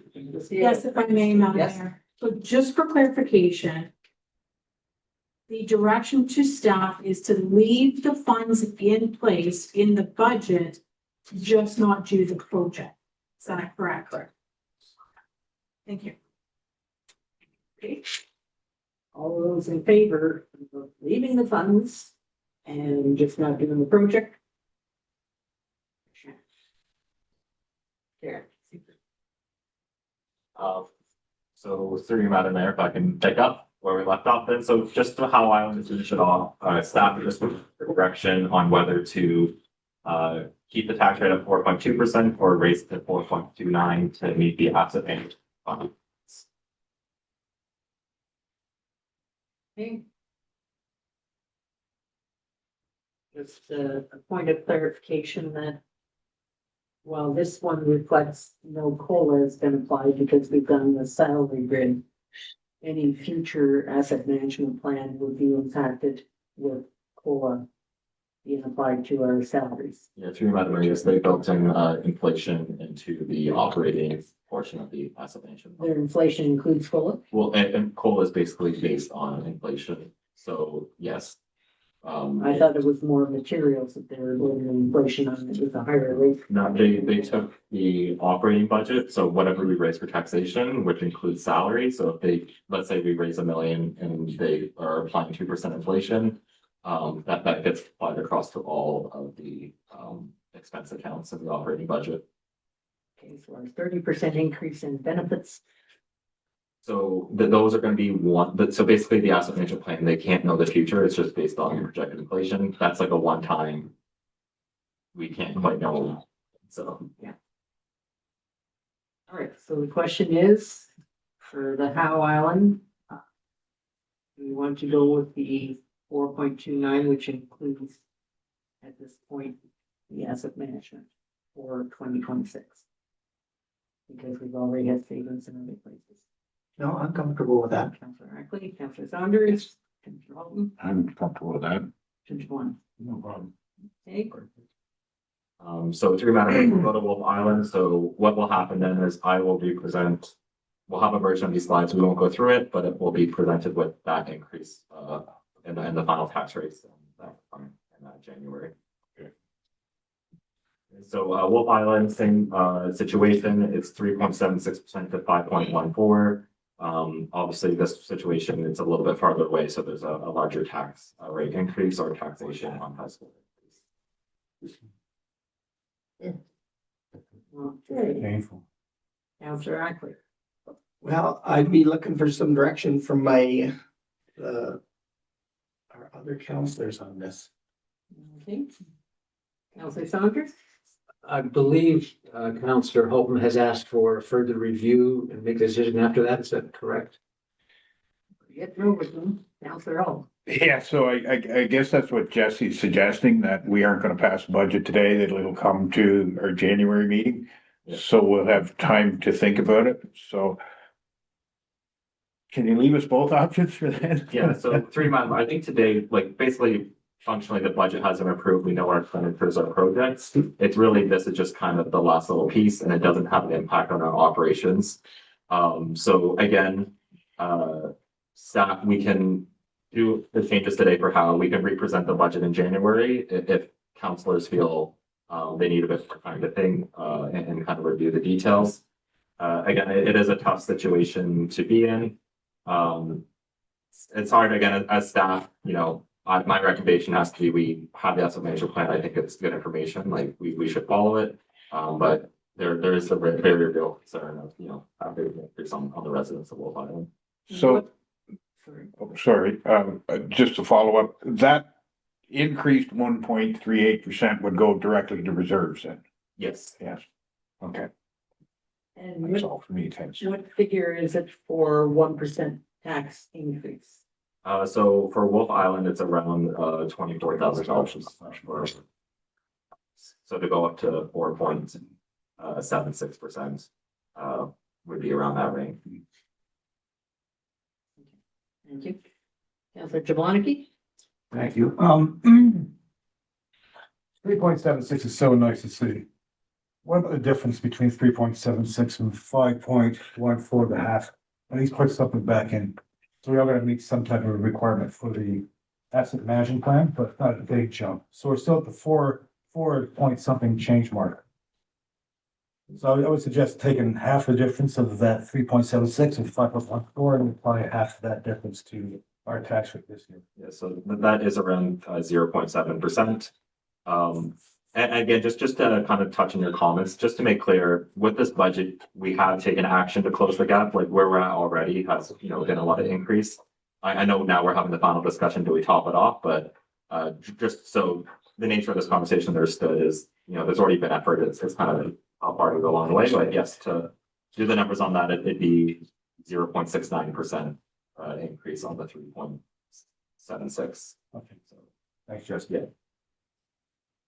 Okay, so just to be clear, if we actually tightened our belt on some of the road work, which is the biggest piece, of the expense on the Wolf Island budget and that we could recoup the funds. So through you, Madam Mayor, those expenditures on the roads go towards the 3.76%. So if we took those off the budget, we'd be farther away from like the spending saving target.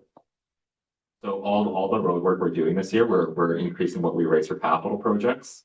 That goes toward meeting our asset management plan money targets. Right, and a lot of that is being supplied by our wind funds. Yes, so we could, if you reduce the amount coming from the wind reserve, that would increase what we raise for taxation. That would also be. Right. And that would again just go into reserves for Right. future use. We're robbing Peter to pay Paul at the best of times and that we're getting the roads done with. Through Madam Mayor, and as you could make the argument, I will say that we can greatly decrease the capital expenditures, so it's just like the 15-year phase in. We're kind of working our way up. But you know, again, hopefully with this, we're having the greater kind of tax base to fund the capital projects. But and I will say the asset management plan is based on having those wind revenues as well, which, you know, they're expected to be used and forecasted for capital. Which they are being currently, so. All right, so what I've heard around the table is we want to hear more about this in January. Is there a specific suggestion? Ian Ray's, Councillor Ackley. I think what you were determined there, you would be 4.40.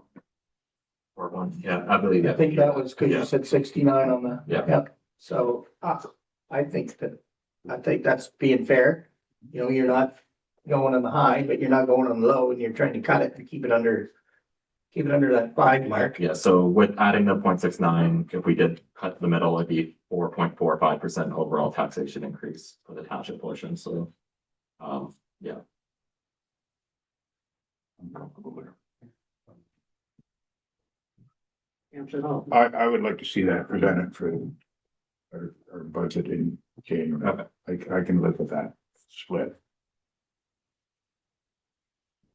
Okay, any further discussion? Please, we've got direction to our treasurer for that.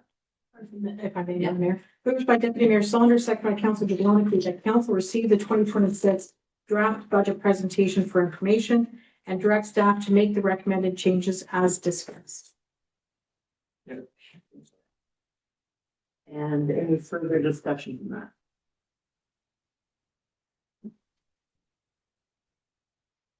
I just want to clarify, you have updated the reserve transfer amount. And that's based on town hall. I'm looking at the Wolf Island Town Hall and Public Works and that's the reserve transfer amounts in that, because we have not throughout this budget, very weeks put towards town hall of Wolf Island, which quite frankly needs more than at least a paint job or anything of that nature. Madam Mayor, it's partly asset management and I believe 2027, we have the cost and that's including exhibits. And I want to say to the cost estimate we have now are around $700,000. Again, and that will be, it's on the radar, it's next year's council will decide if that's how the money will be spent. Angela, I don't need you to pull up the slides, I just one note for anyone following at home. Basically all that remained after those asset management slides was just one on the salary and benefits and then the individual slides for each department. Again, we've already kind of gone through all those departments in detail, so the slide deck is available for people. Next step for staff is I will represent this budget with the asset management plan changes. And no other changes will be brought forward.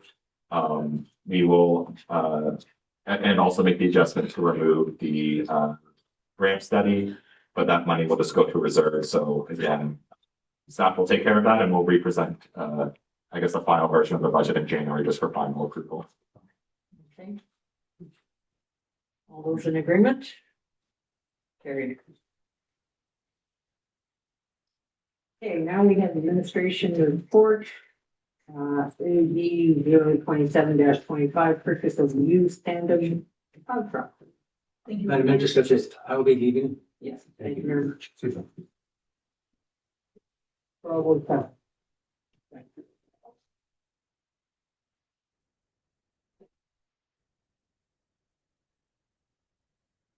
So that will be, Well, I was just waiting for the deputy mayor to.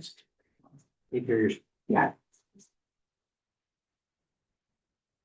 Thank you, Madam Mayor. So, when staff presented the report on the October 14th council meeting, part of that recommendation was that we would report back once we were successful in the purchase. So we have, purchased a used tandem plow truck. It's a 2016 Western Star. We were able to, secure the purchase from the Township of Lakewood Bays. Northwestern, wherever it is. As council remembers, they approved a maximum purchase price of $100,000. We were successful in purchase of $53,790. The estimated full cost, we've not received the final bill yet, but we were quoted roughly around $1,500. And it's currently in the shop being safetied, and once the safety is done, it will go for e-test. And those two combined are approximately $5,000. So we are hoping to have it up in place probably beginning of next week, hopefully if all goes well. So just an update for council with regards to that. very much. Any questions? Exactly. Mr. Alden? No, good timing as we had a little trouble with one of the other trucks, so this is great timing. Councilor Giovanni? Thank you. Great purchasing. Yeah, Very frugal. yeah, and it sounds good. I've got two questions. One is related to this. How soon do we have to write this off as a manager? So 2016. through you, Madam Mayor, from an asset management perspective, the old truck was technically already retired, so this is the replacement. That was actually adjusted in our asset management plan, so. So we have the replacement for the old one that had an issue, and then we have this new one. And then built into the plan, eventually we'll have to replace the one we bought now. Right, so that's what I'm wondering. Does it have 10 years useful life in it, or? Yeah, so through Madam Mayor, I think, I don't want to answer the exact use right now. I'll have to look through in our policy. Again, it would be comparable to what we normally do. Like a used one was, for example, 25 years, and I think 10 years would probably be like a reasonable assumption. I don't have that in front of me right now, so I just don't want to fully commit, but I think it makes sense. Okay, and since we're talking about trucks, is the other one a write-off? We know that at this point in time, and I understand there is an insurance piece. Through you, Madam Mayor, the adjuster's coming on site to inspect it either later this afternoon or early tomorrow. So stay tuned. I will keep council posted with regards to that. I do not have which that at this time. Technically, it was already written off from the assets. So through you, Madam Mayor, so on the asset management plan, when you replace the asset, even if you don't sell it yet, like from an accounting perspective, it's been replaced. That's separate, sure, whether like the vehicle's no longer operable. Moved by Councillor Holton, second by Councillor Ackley, that council receive administration report number AD-027-25 regarding the purchase of a used tandem plow truck for information. All those in favor? Carried. Thank you very much. Now, administration report number AD-028-25, amendment to the development charges bylaw number 2021-020. Turn to the CEO. Thank you, Madam Mayor. So staff prepared a report with regards to our development charges study. A study was conducted in 2021. As per legislation, it is either a new study is to be done every 5 years. That being said, there is a caveat, the Development Charges Act, Section 23, that we can extend our timeline for an additional 5 years. Staff is recommending that we do that. That being said, there's nothing prohibiting staff from doing a development charges study within that extended period. It's just saying that we are requesting an additional 5 years. We've not fully utilize the development charges funding that we've collected to date. And I'm not sure if Jesse wants to expand on that, but certainly we're just looking to extend the expiry date. Yeah, through you, Madam Mayor. So with the 2021 study, it set kind of funding targets for projects. We are kind of seeing some activity now with the bypass road next year or the fire hall expansion. Basically, this extension just allows us to still collect development charges that go toward those projects or other projects to study. Again, if we find the study is going to be out of date in 3 years, we don't need to wait like necessarily the full 5. We could study early. But this kind of just lets us keep operating as usual without interruptions on that front. Question, Councillor Ackley? No question. Mr. Holden? No questions. John? Oh, thank you. Okay, and provincial government keeps changing the rules around this, and honestly, when Dimitri was here earlier, I asked him if we were being up to date, and he couldn't answer that. It's not his area, so we may have to do it sooner rather than later, but quite frankly, it seems like every 6 months we're getting a new act being passed by this provincial government, so don't jump the gun yet. Okay, all those in favor? Oh, I just have a motion. Approved. Approved by Councillor Ackley, second by Councillor Jablonski, that council received administration report number AD-028-25 regarding an amendment to development charges bylaw 2021-020, and that council gave all 3 readings to bylaw number 035-2025, being a bylaw to amend bylaw 2021-020 to revise section 23 respecting the expiry date of the township's development charges bylaw. Any further discussion? All those in favor? Carried. Okay, now we're at administration report number AD-029-25, acquisition of Orange Ferry Dock. Thank you, Madam Mayor. So just an update. As all of council is aware, we've had several discussions in closed session with regards to this. We have reached a position where everything has been finalized with regards to the purchase price. So staff is bringing out the report with regards to the acquisition on Horns Ferry. So if you have any questions or anything, then Okay, any questions, Councillor Ackley? I just glad I went through. I think this is a great start to getting some of our American friends back easier. Councillor Elton? Yeah, I think we needed to buy it. I think we need to secure that route. I just want to be clear. I think we all need to be clear. We are not going to run a ferry. We're just providing the landing, hopefully for a private operator to run it. Yeah, the asset's in great shape. There may be some other uses for it, so I'm glad we got it done. Thank you. Hey, Councillor Jablonski? Thanks, Madam Mayor. Great job in getting the docks at a reasonable price. Just curious, some next steps, are we look for a 3rd person operator now, or is that next step coming up? Somehow get that ferry back in line again? We got it bought, we need someone to operate now. That's right.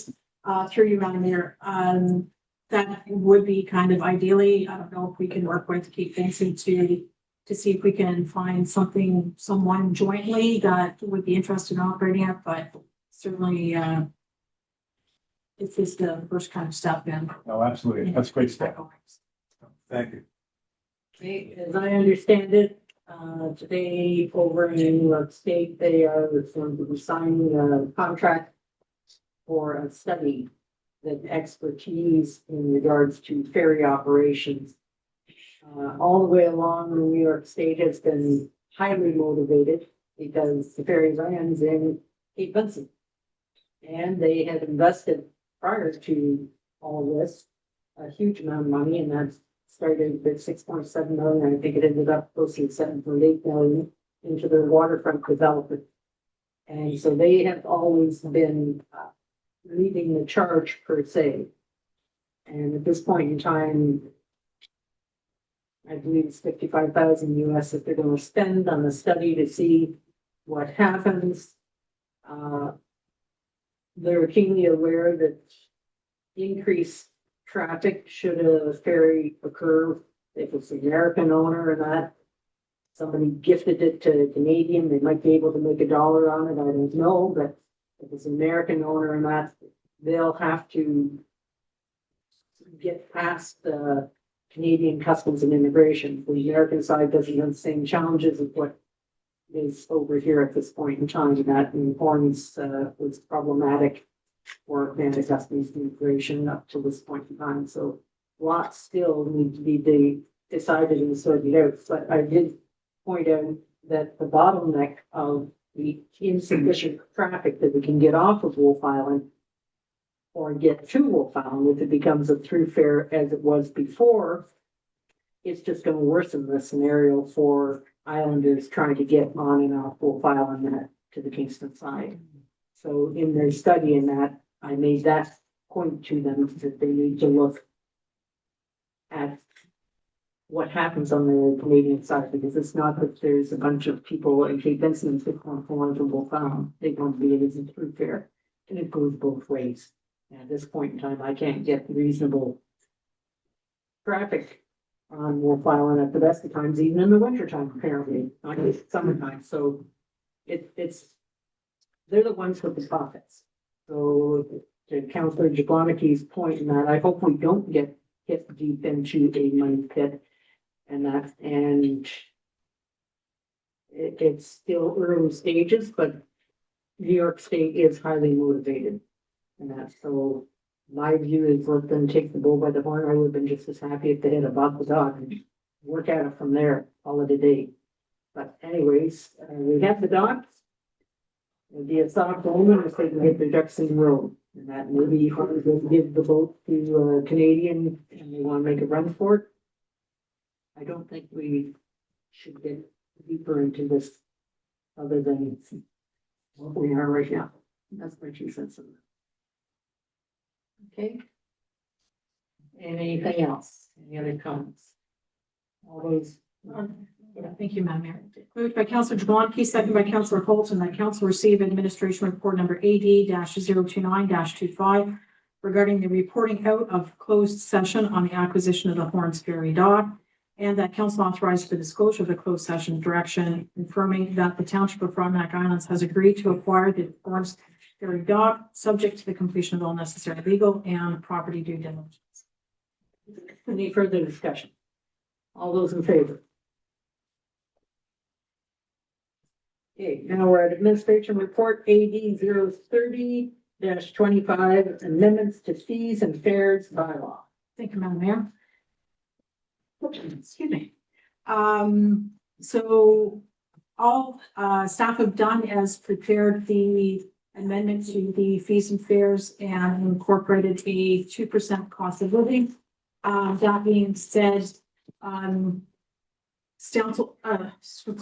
staff did not incorporate if it was, say, like 20 cents or 10 cents, or if it was $1 or more, the 2% was applied, but generally in keeping it was 2% cost of living throughout the document. So it was just updating the 2025 fees and fares bylaw to the 2026.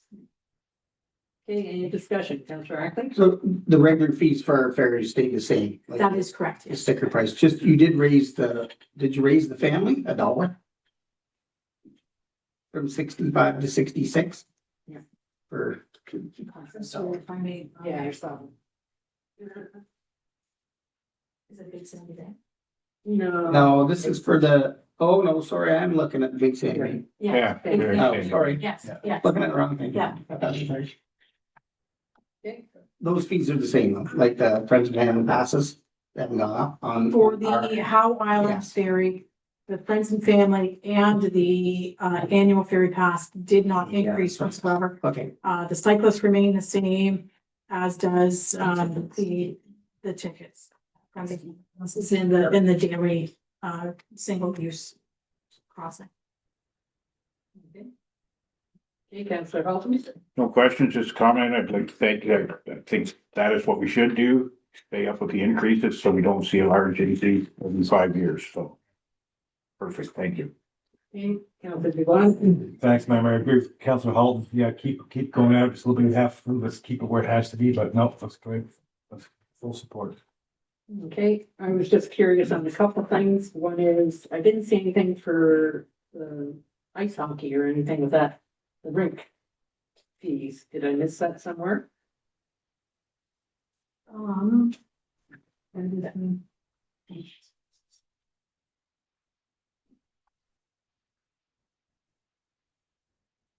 Along that line, the pickleball ball then. And I didn't see that for the Howell side as well. Correct me if I'm wrong, if through you, Madam Mayor.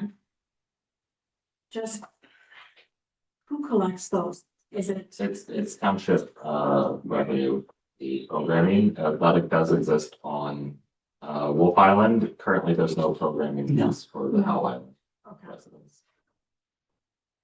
So if that's something that I've missed, I apologize. I will get it out at the end and we can, if you're ready to do first and second reading today, and then you can bring it back with the amendment for third and final reading.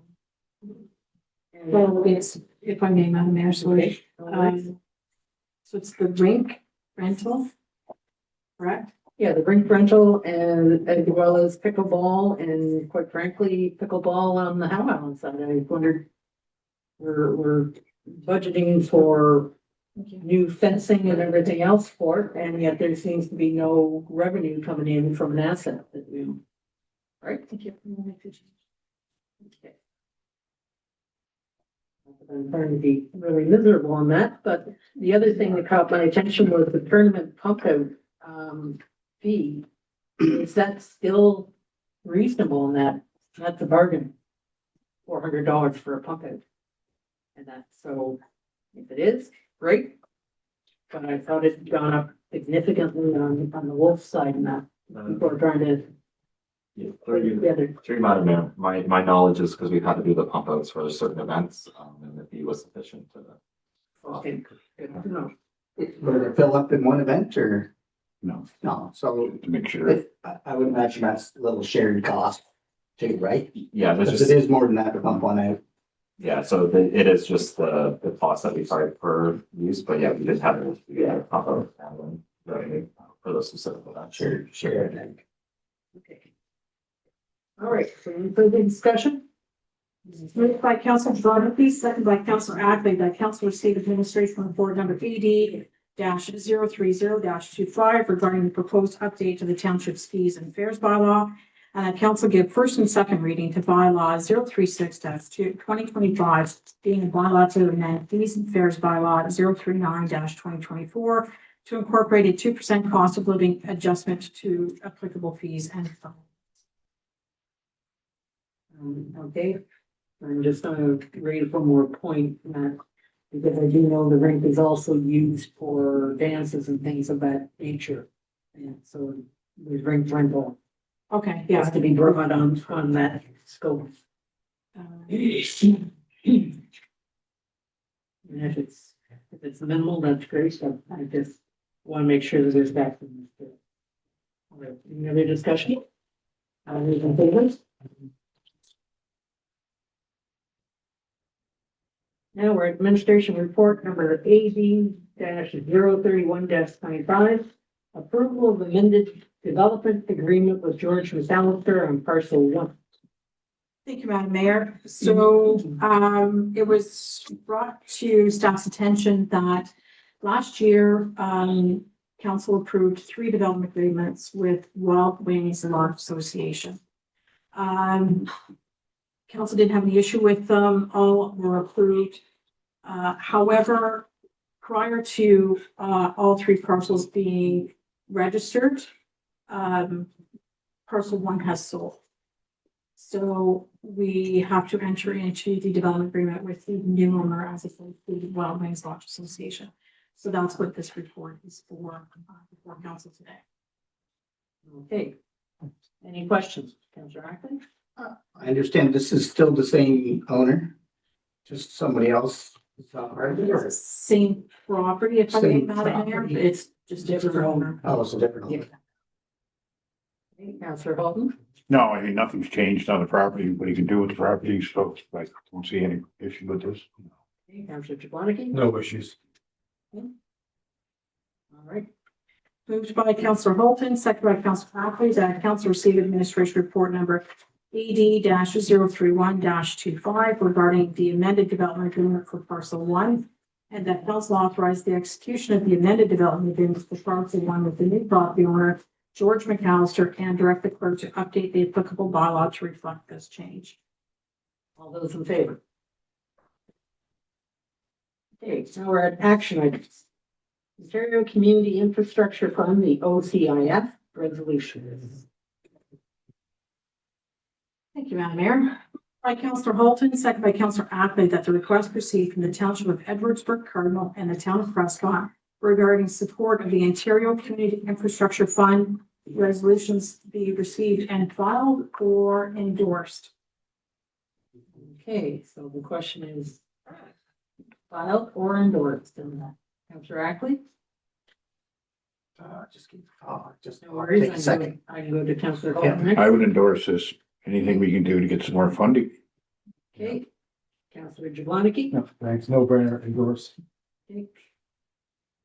Counselor Ackley, you still need a few more minutes? Yeah, let's just review No my, worries.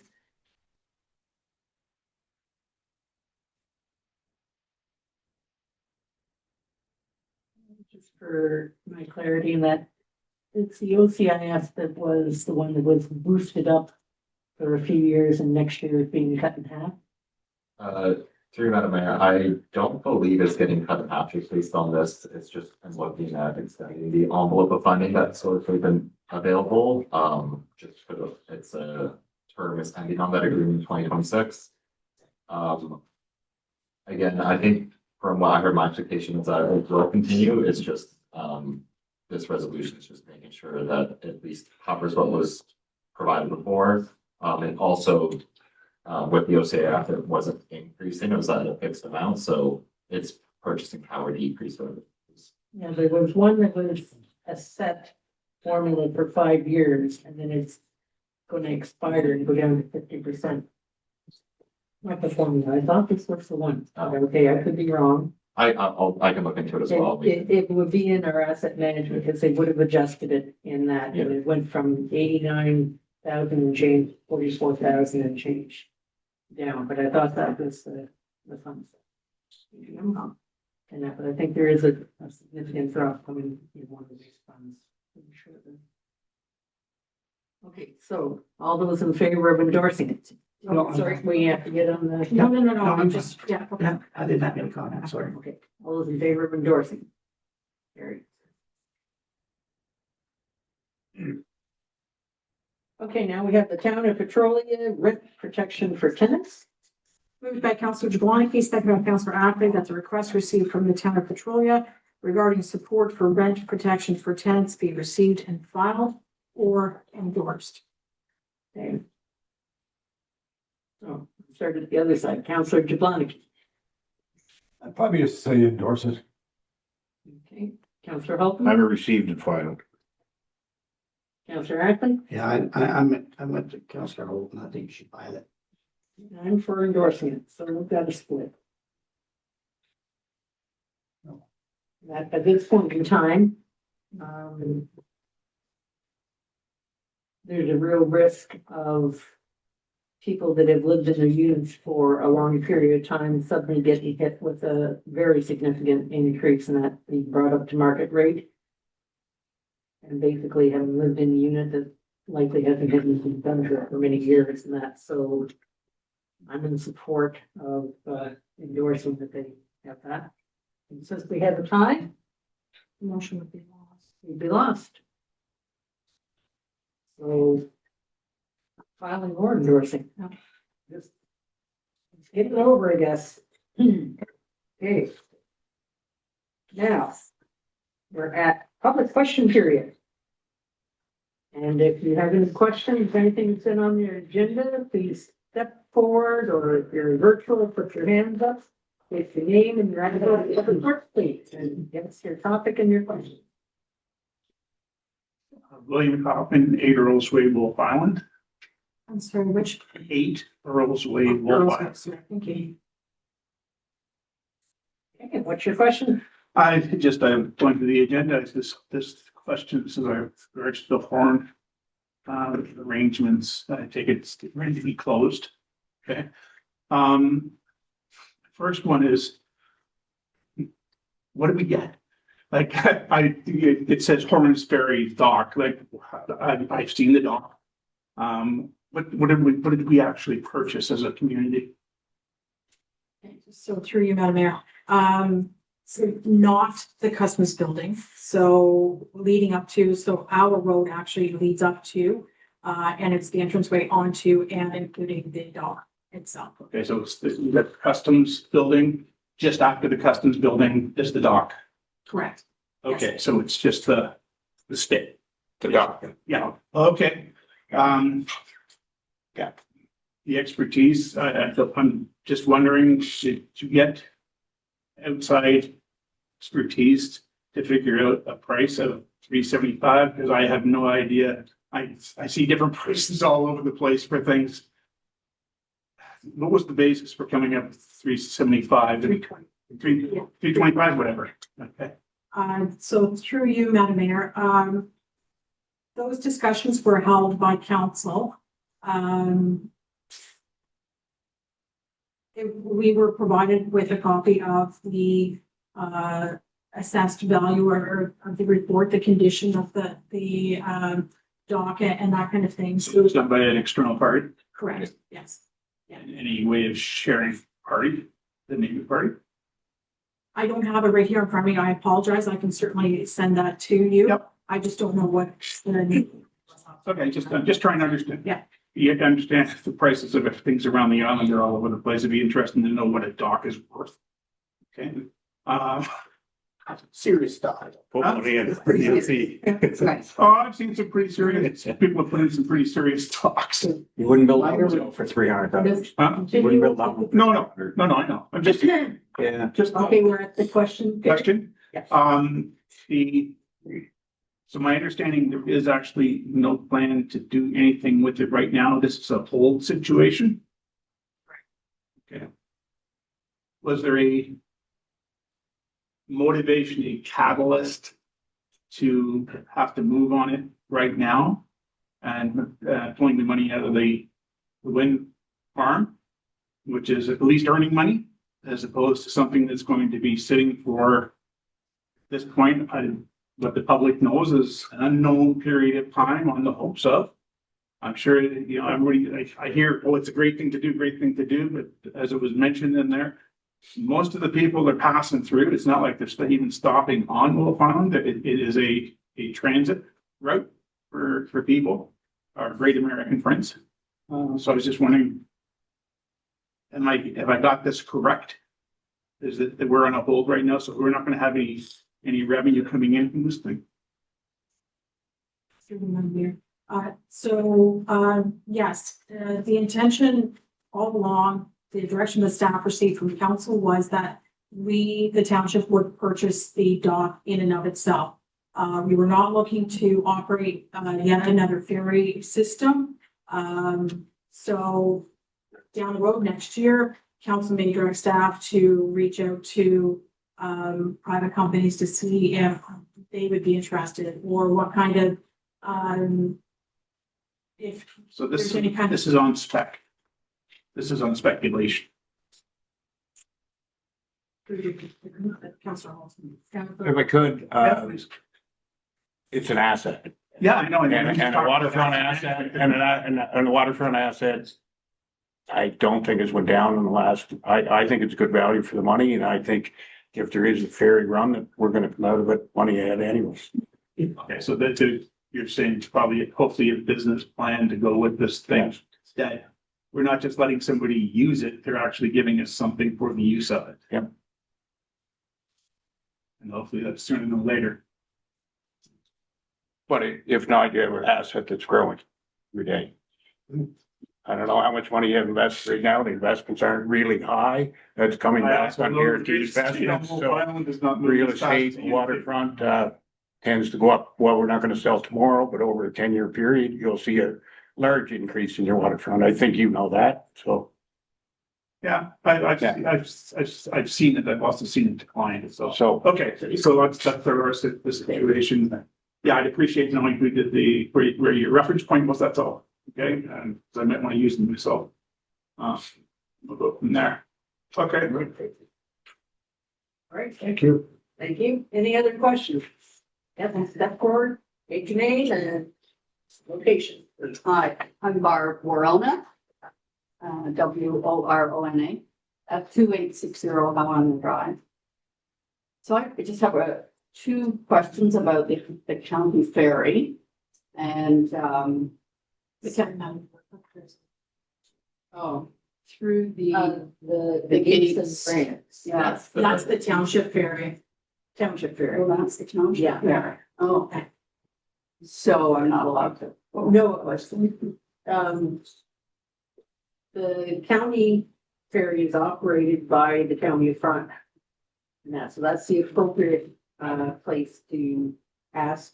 We aren't involved with that piece with NTO, so anything that we say is not, only not accurate, it's not really appropriate. And that, but the good news is the county is gonna have a meeting next Wednesday. And if you contact the clerk, we can get on there and see if you can ask a Oh, I see, question okay. or a letter even. And that, because it's still formulating the agenda. I'm confused. I thought we paid 20% of that. There, I know MPO owns it, but on the You're county, paying for the usage of it. It's through your, so yes, the municipality does pay 20% of that. However, we don't operate it. We have no real say in it, so our question would be better sent to the county Frontenac to address our concerns. Where your representative happens to be the warden. Right. So there you go. so what if we don't have, then you say, why did we discuss ramps and, That's That's all. our- oh, it's this ferry you're talking about, not that one, right? No, I'm You're talking about this, I thought the ramp is. oh, you're talking about that, oh, you wanna clear dates. yeah. Right. Yeah. Yeah. Okay, Okay. all right, Sorry about that. okay. Okay, now, any hands up? See that. I don't see any. If you're trying to put a hand up and you can't, speak up. If not, going once, going twice.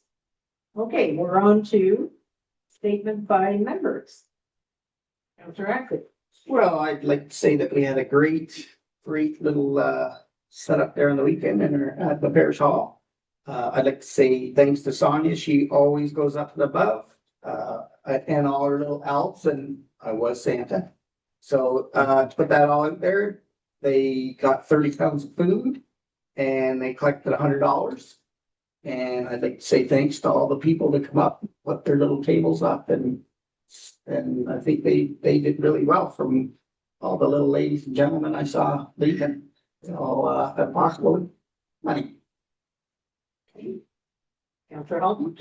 I'd just like to thank the fire department again for doing the Santa Claus parade. I can't believe how much those volunteers do. Those guys are just, a couple of young guys there spent their whole day there. They're also the ones that have the contract to plow the docks, so I'm quite sure that they were most of the night getting it done, but they still took the time, as they all do, to volunteer for the community. So, thanks. Councillor Swanee. Thank you. I just want to say, just want to compliment the Wolf Island Community Medical Clinic Committee. They've been doing this for 3 years now, trying to get a nurse practitioner replaced, and their diligence has actually finally brought us around to where we are now. So kudos to them, kudos to this council for making that work, and kudos to the staff for getting to find the money for us to make that work. So well done to everybody. Okay. And I'd like to wish everybody a Merry Christmas. And I'm happy that there's been the markets that have occurred. There is a market that's ongoing at the old garage on the island for outdoor type of decorations primarily. You might want to stop in sometime. The parade was wonderful, well attended, hot dogs were great. Nobody got injured. It's important. And look forward to what the next year will bring. And next year, I encourage anyone that has interest in running for any of the council seats, do some serious consideration, chat, find out what's going on, and Look forward to all the changes that will occur in 2025. Okay. Now, notice the motions? Madam Mayor, you had sent me a motion on the weekend with regards to the Kingston Health Science Services Center. I did read through it. If you were okay, I will put it on the January meeting. That'd be fine. Okay, any other notice of motions? I'm glad we got the motion out of the way today regarding the matching funds. Yes, yes. And like have a copy of that sent to the county. Okay, if we can get it on the agenda, even though unfortunately it was that it won't be at the next meeting. Anyways, announcements. Nothing special, while we're going through that. Bylaws. Oh, we do have an announcement. If I could speak that is you, through you, I would like to thank council for all the support that you give us on the fire department. And yes, the parade was a good success. And I am going to inform you that as of August 2026, I will be stepping as chief. No. My recommendation is that we promote within. We have for 54 years promoted within. We have a great gentleman coming up, Mason Pike, as the deputy chief. He has a lot of good ideas, and it's time to take it to the next step. So, but I would like to thank all of you for all your help and everything. Thank you. Thank you. I'm sure we're gonna have a good party one way or the other. And next year, Glenn Halton and I in February will be 50 years. Wow. So it's time. February. Let the young kids take over. And we have a great group of young kids that wanna. Yeah, we're very, very fortunate. Will we be having a chili fest or something going on in February? I don't know, probably, eh? Yeah, sounds like a good time and having a good party. Yeah. Hey, 50 years. Congratulations. A lot of stuff. Won't tell us. Okay, are there any other announcements? Did I miss anybody else? Okay, now we're at the violence. Thank you, Madam Mayor. Just want to note, I would like the 11.2 bylaw 0364, the tariff of fees of building permits removed. I was going to prepare a report and include that. I wasn't able to get the report done, so we'll move that to the January meeting, if I may. Okay, sounds fair. Thank you. The first one is bylaw number 026-2025, moved by Councilor Zwanike, second by Councilor Fulton, that third reading and final passage be granted to bylaw number 026-2025, being a bylaw to appoint livestock valuers for the township of Frontenac Islands. Any discussion? Those in favor? Carried. The next one is bylaw number 035-2025, moved by Councilor Zwanike, second by Councilor Ackley.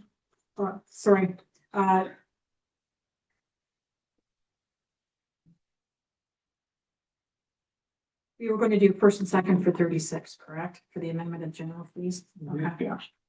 Let me just amend this here for a moment.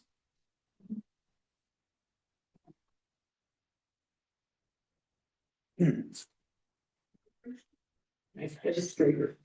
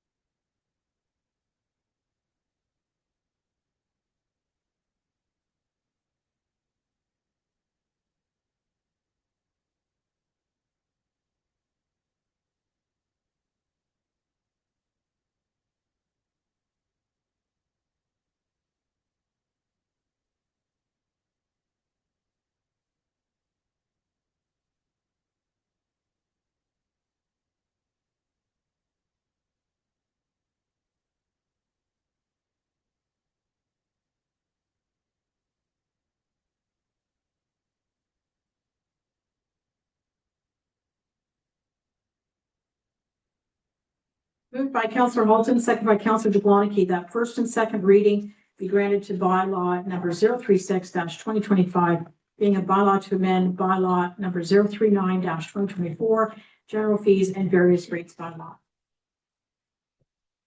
Yeah, okay.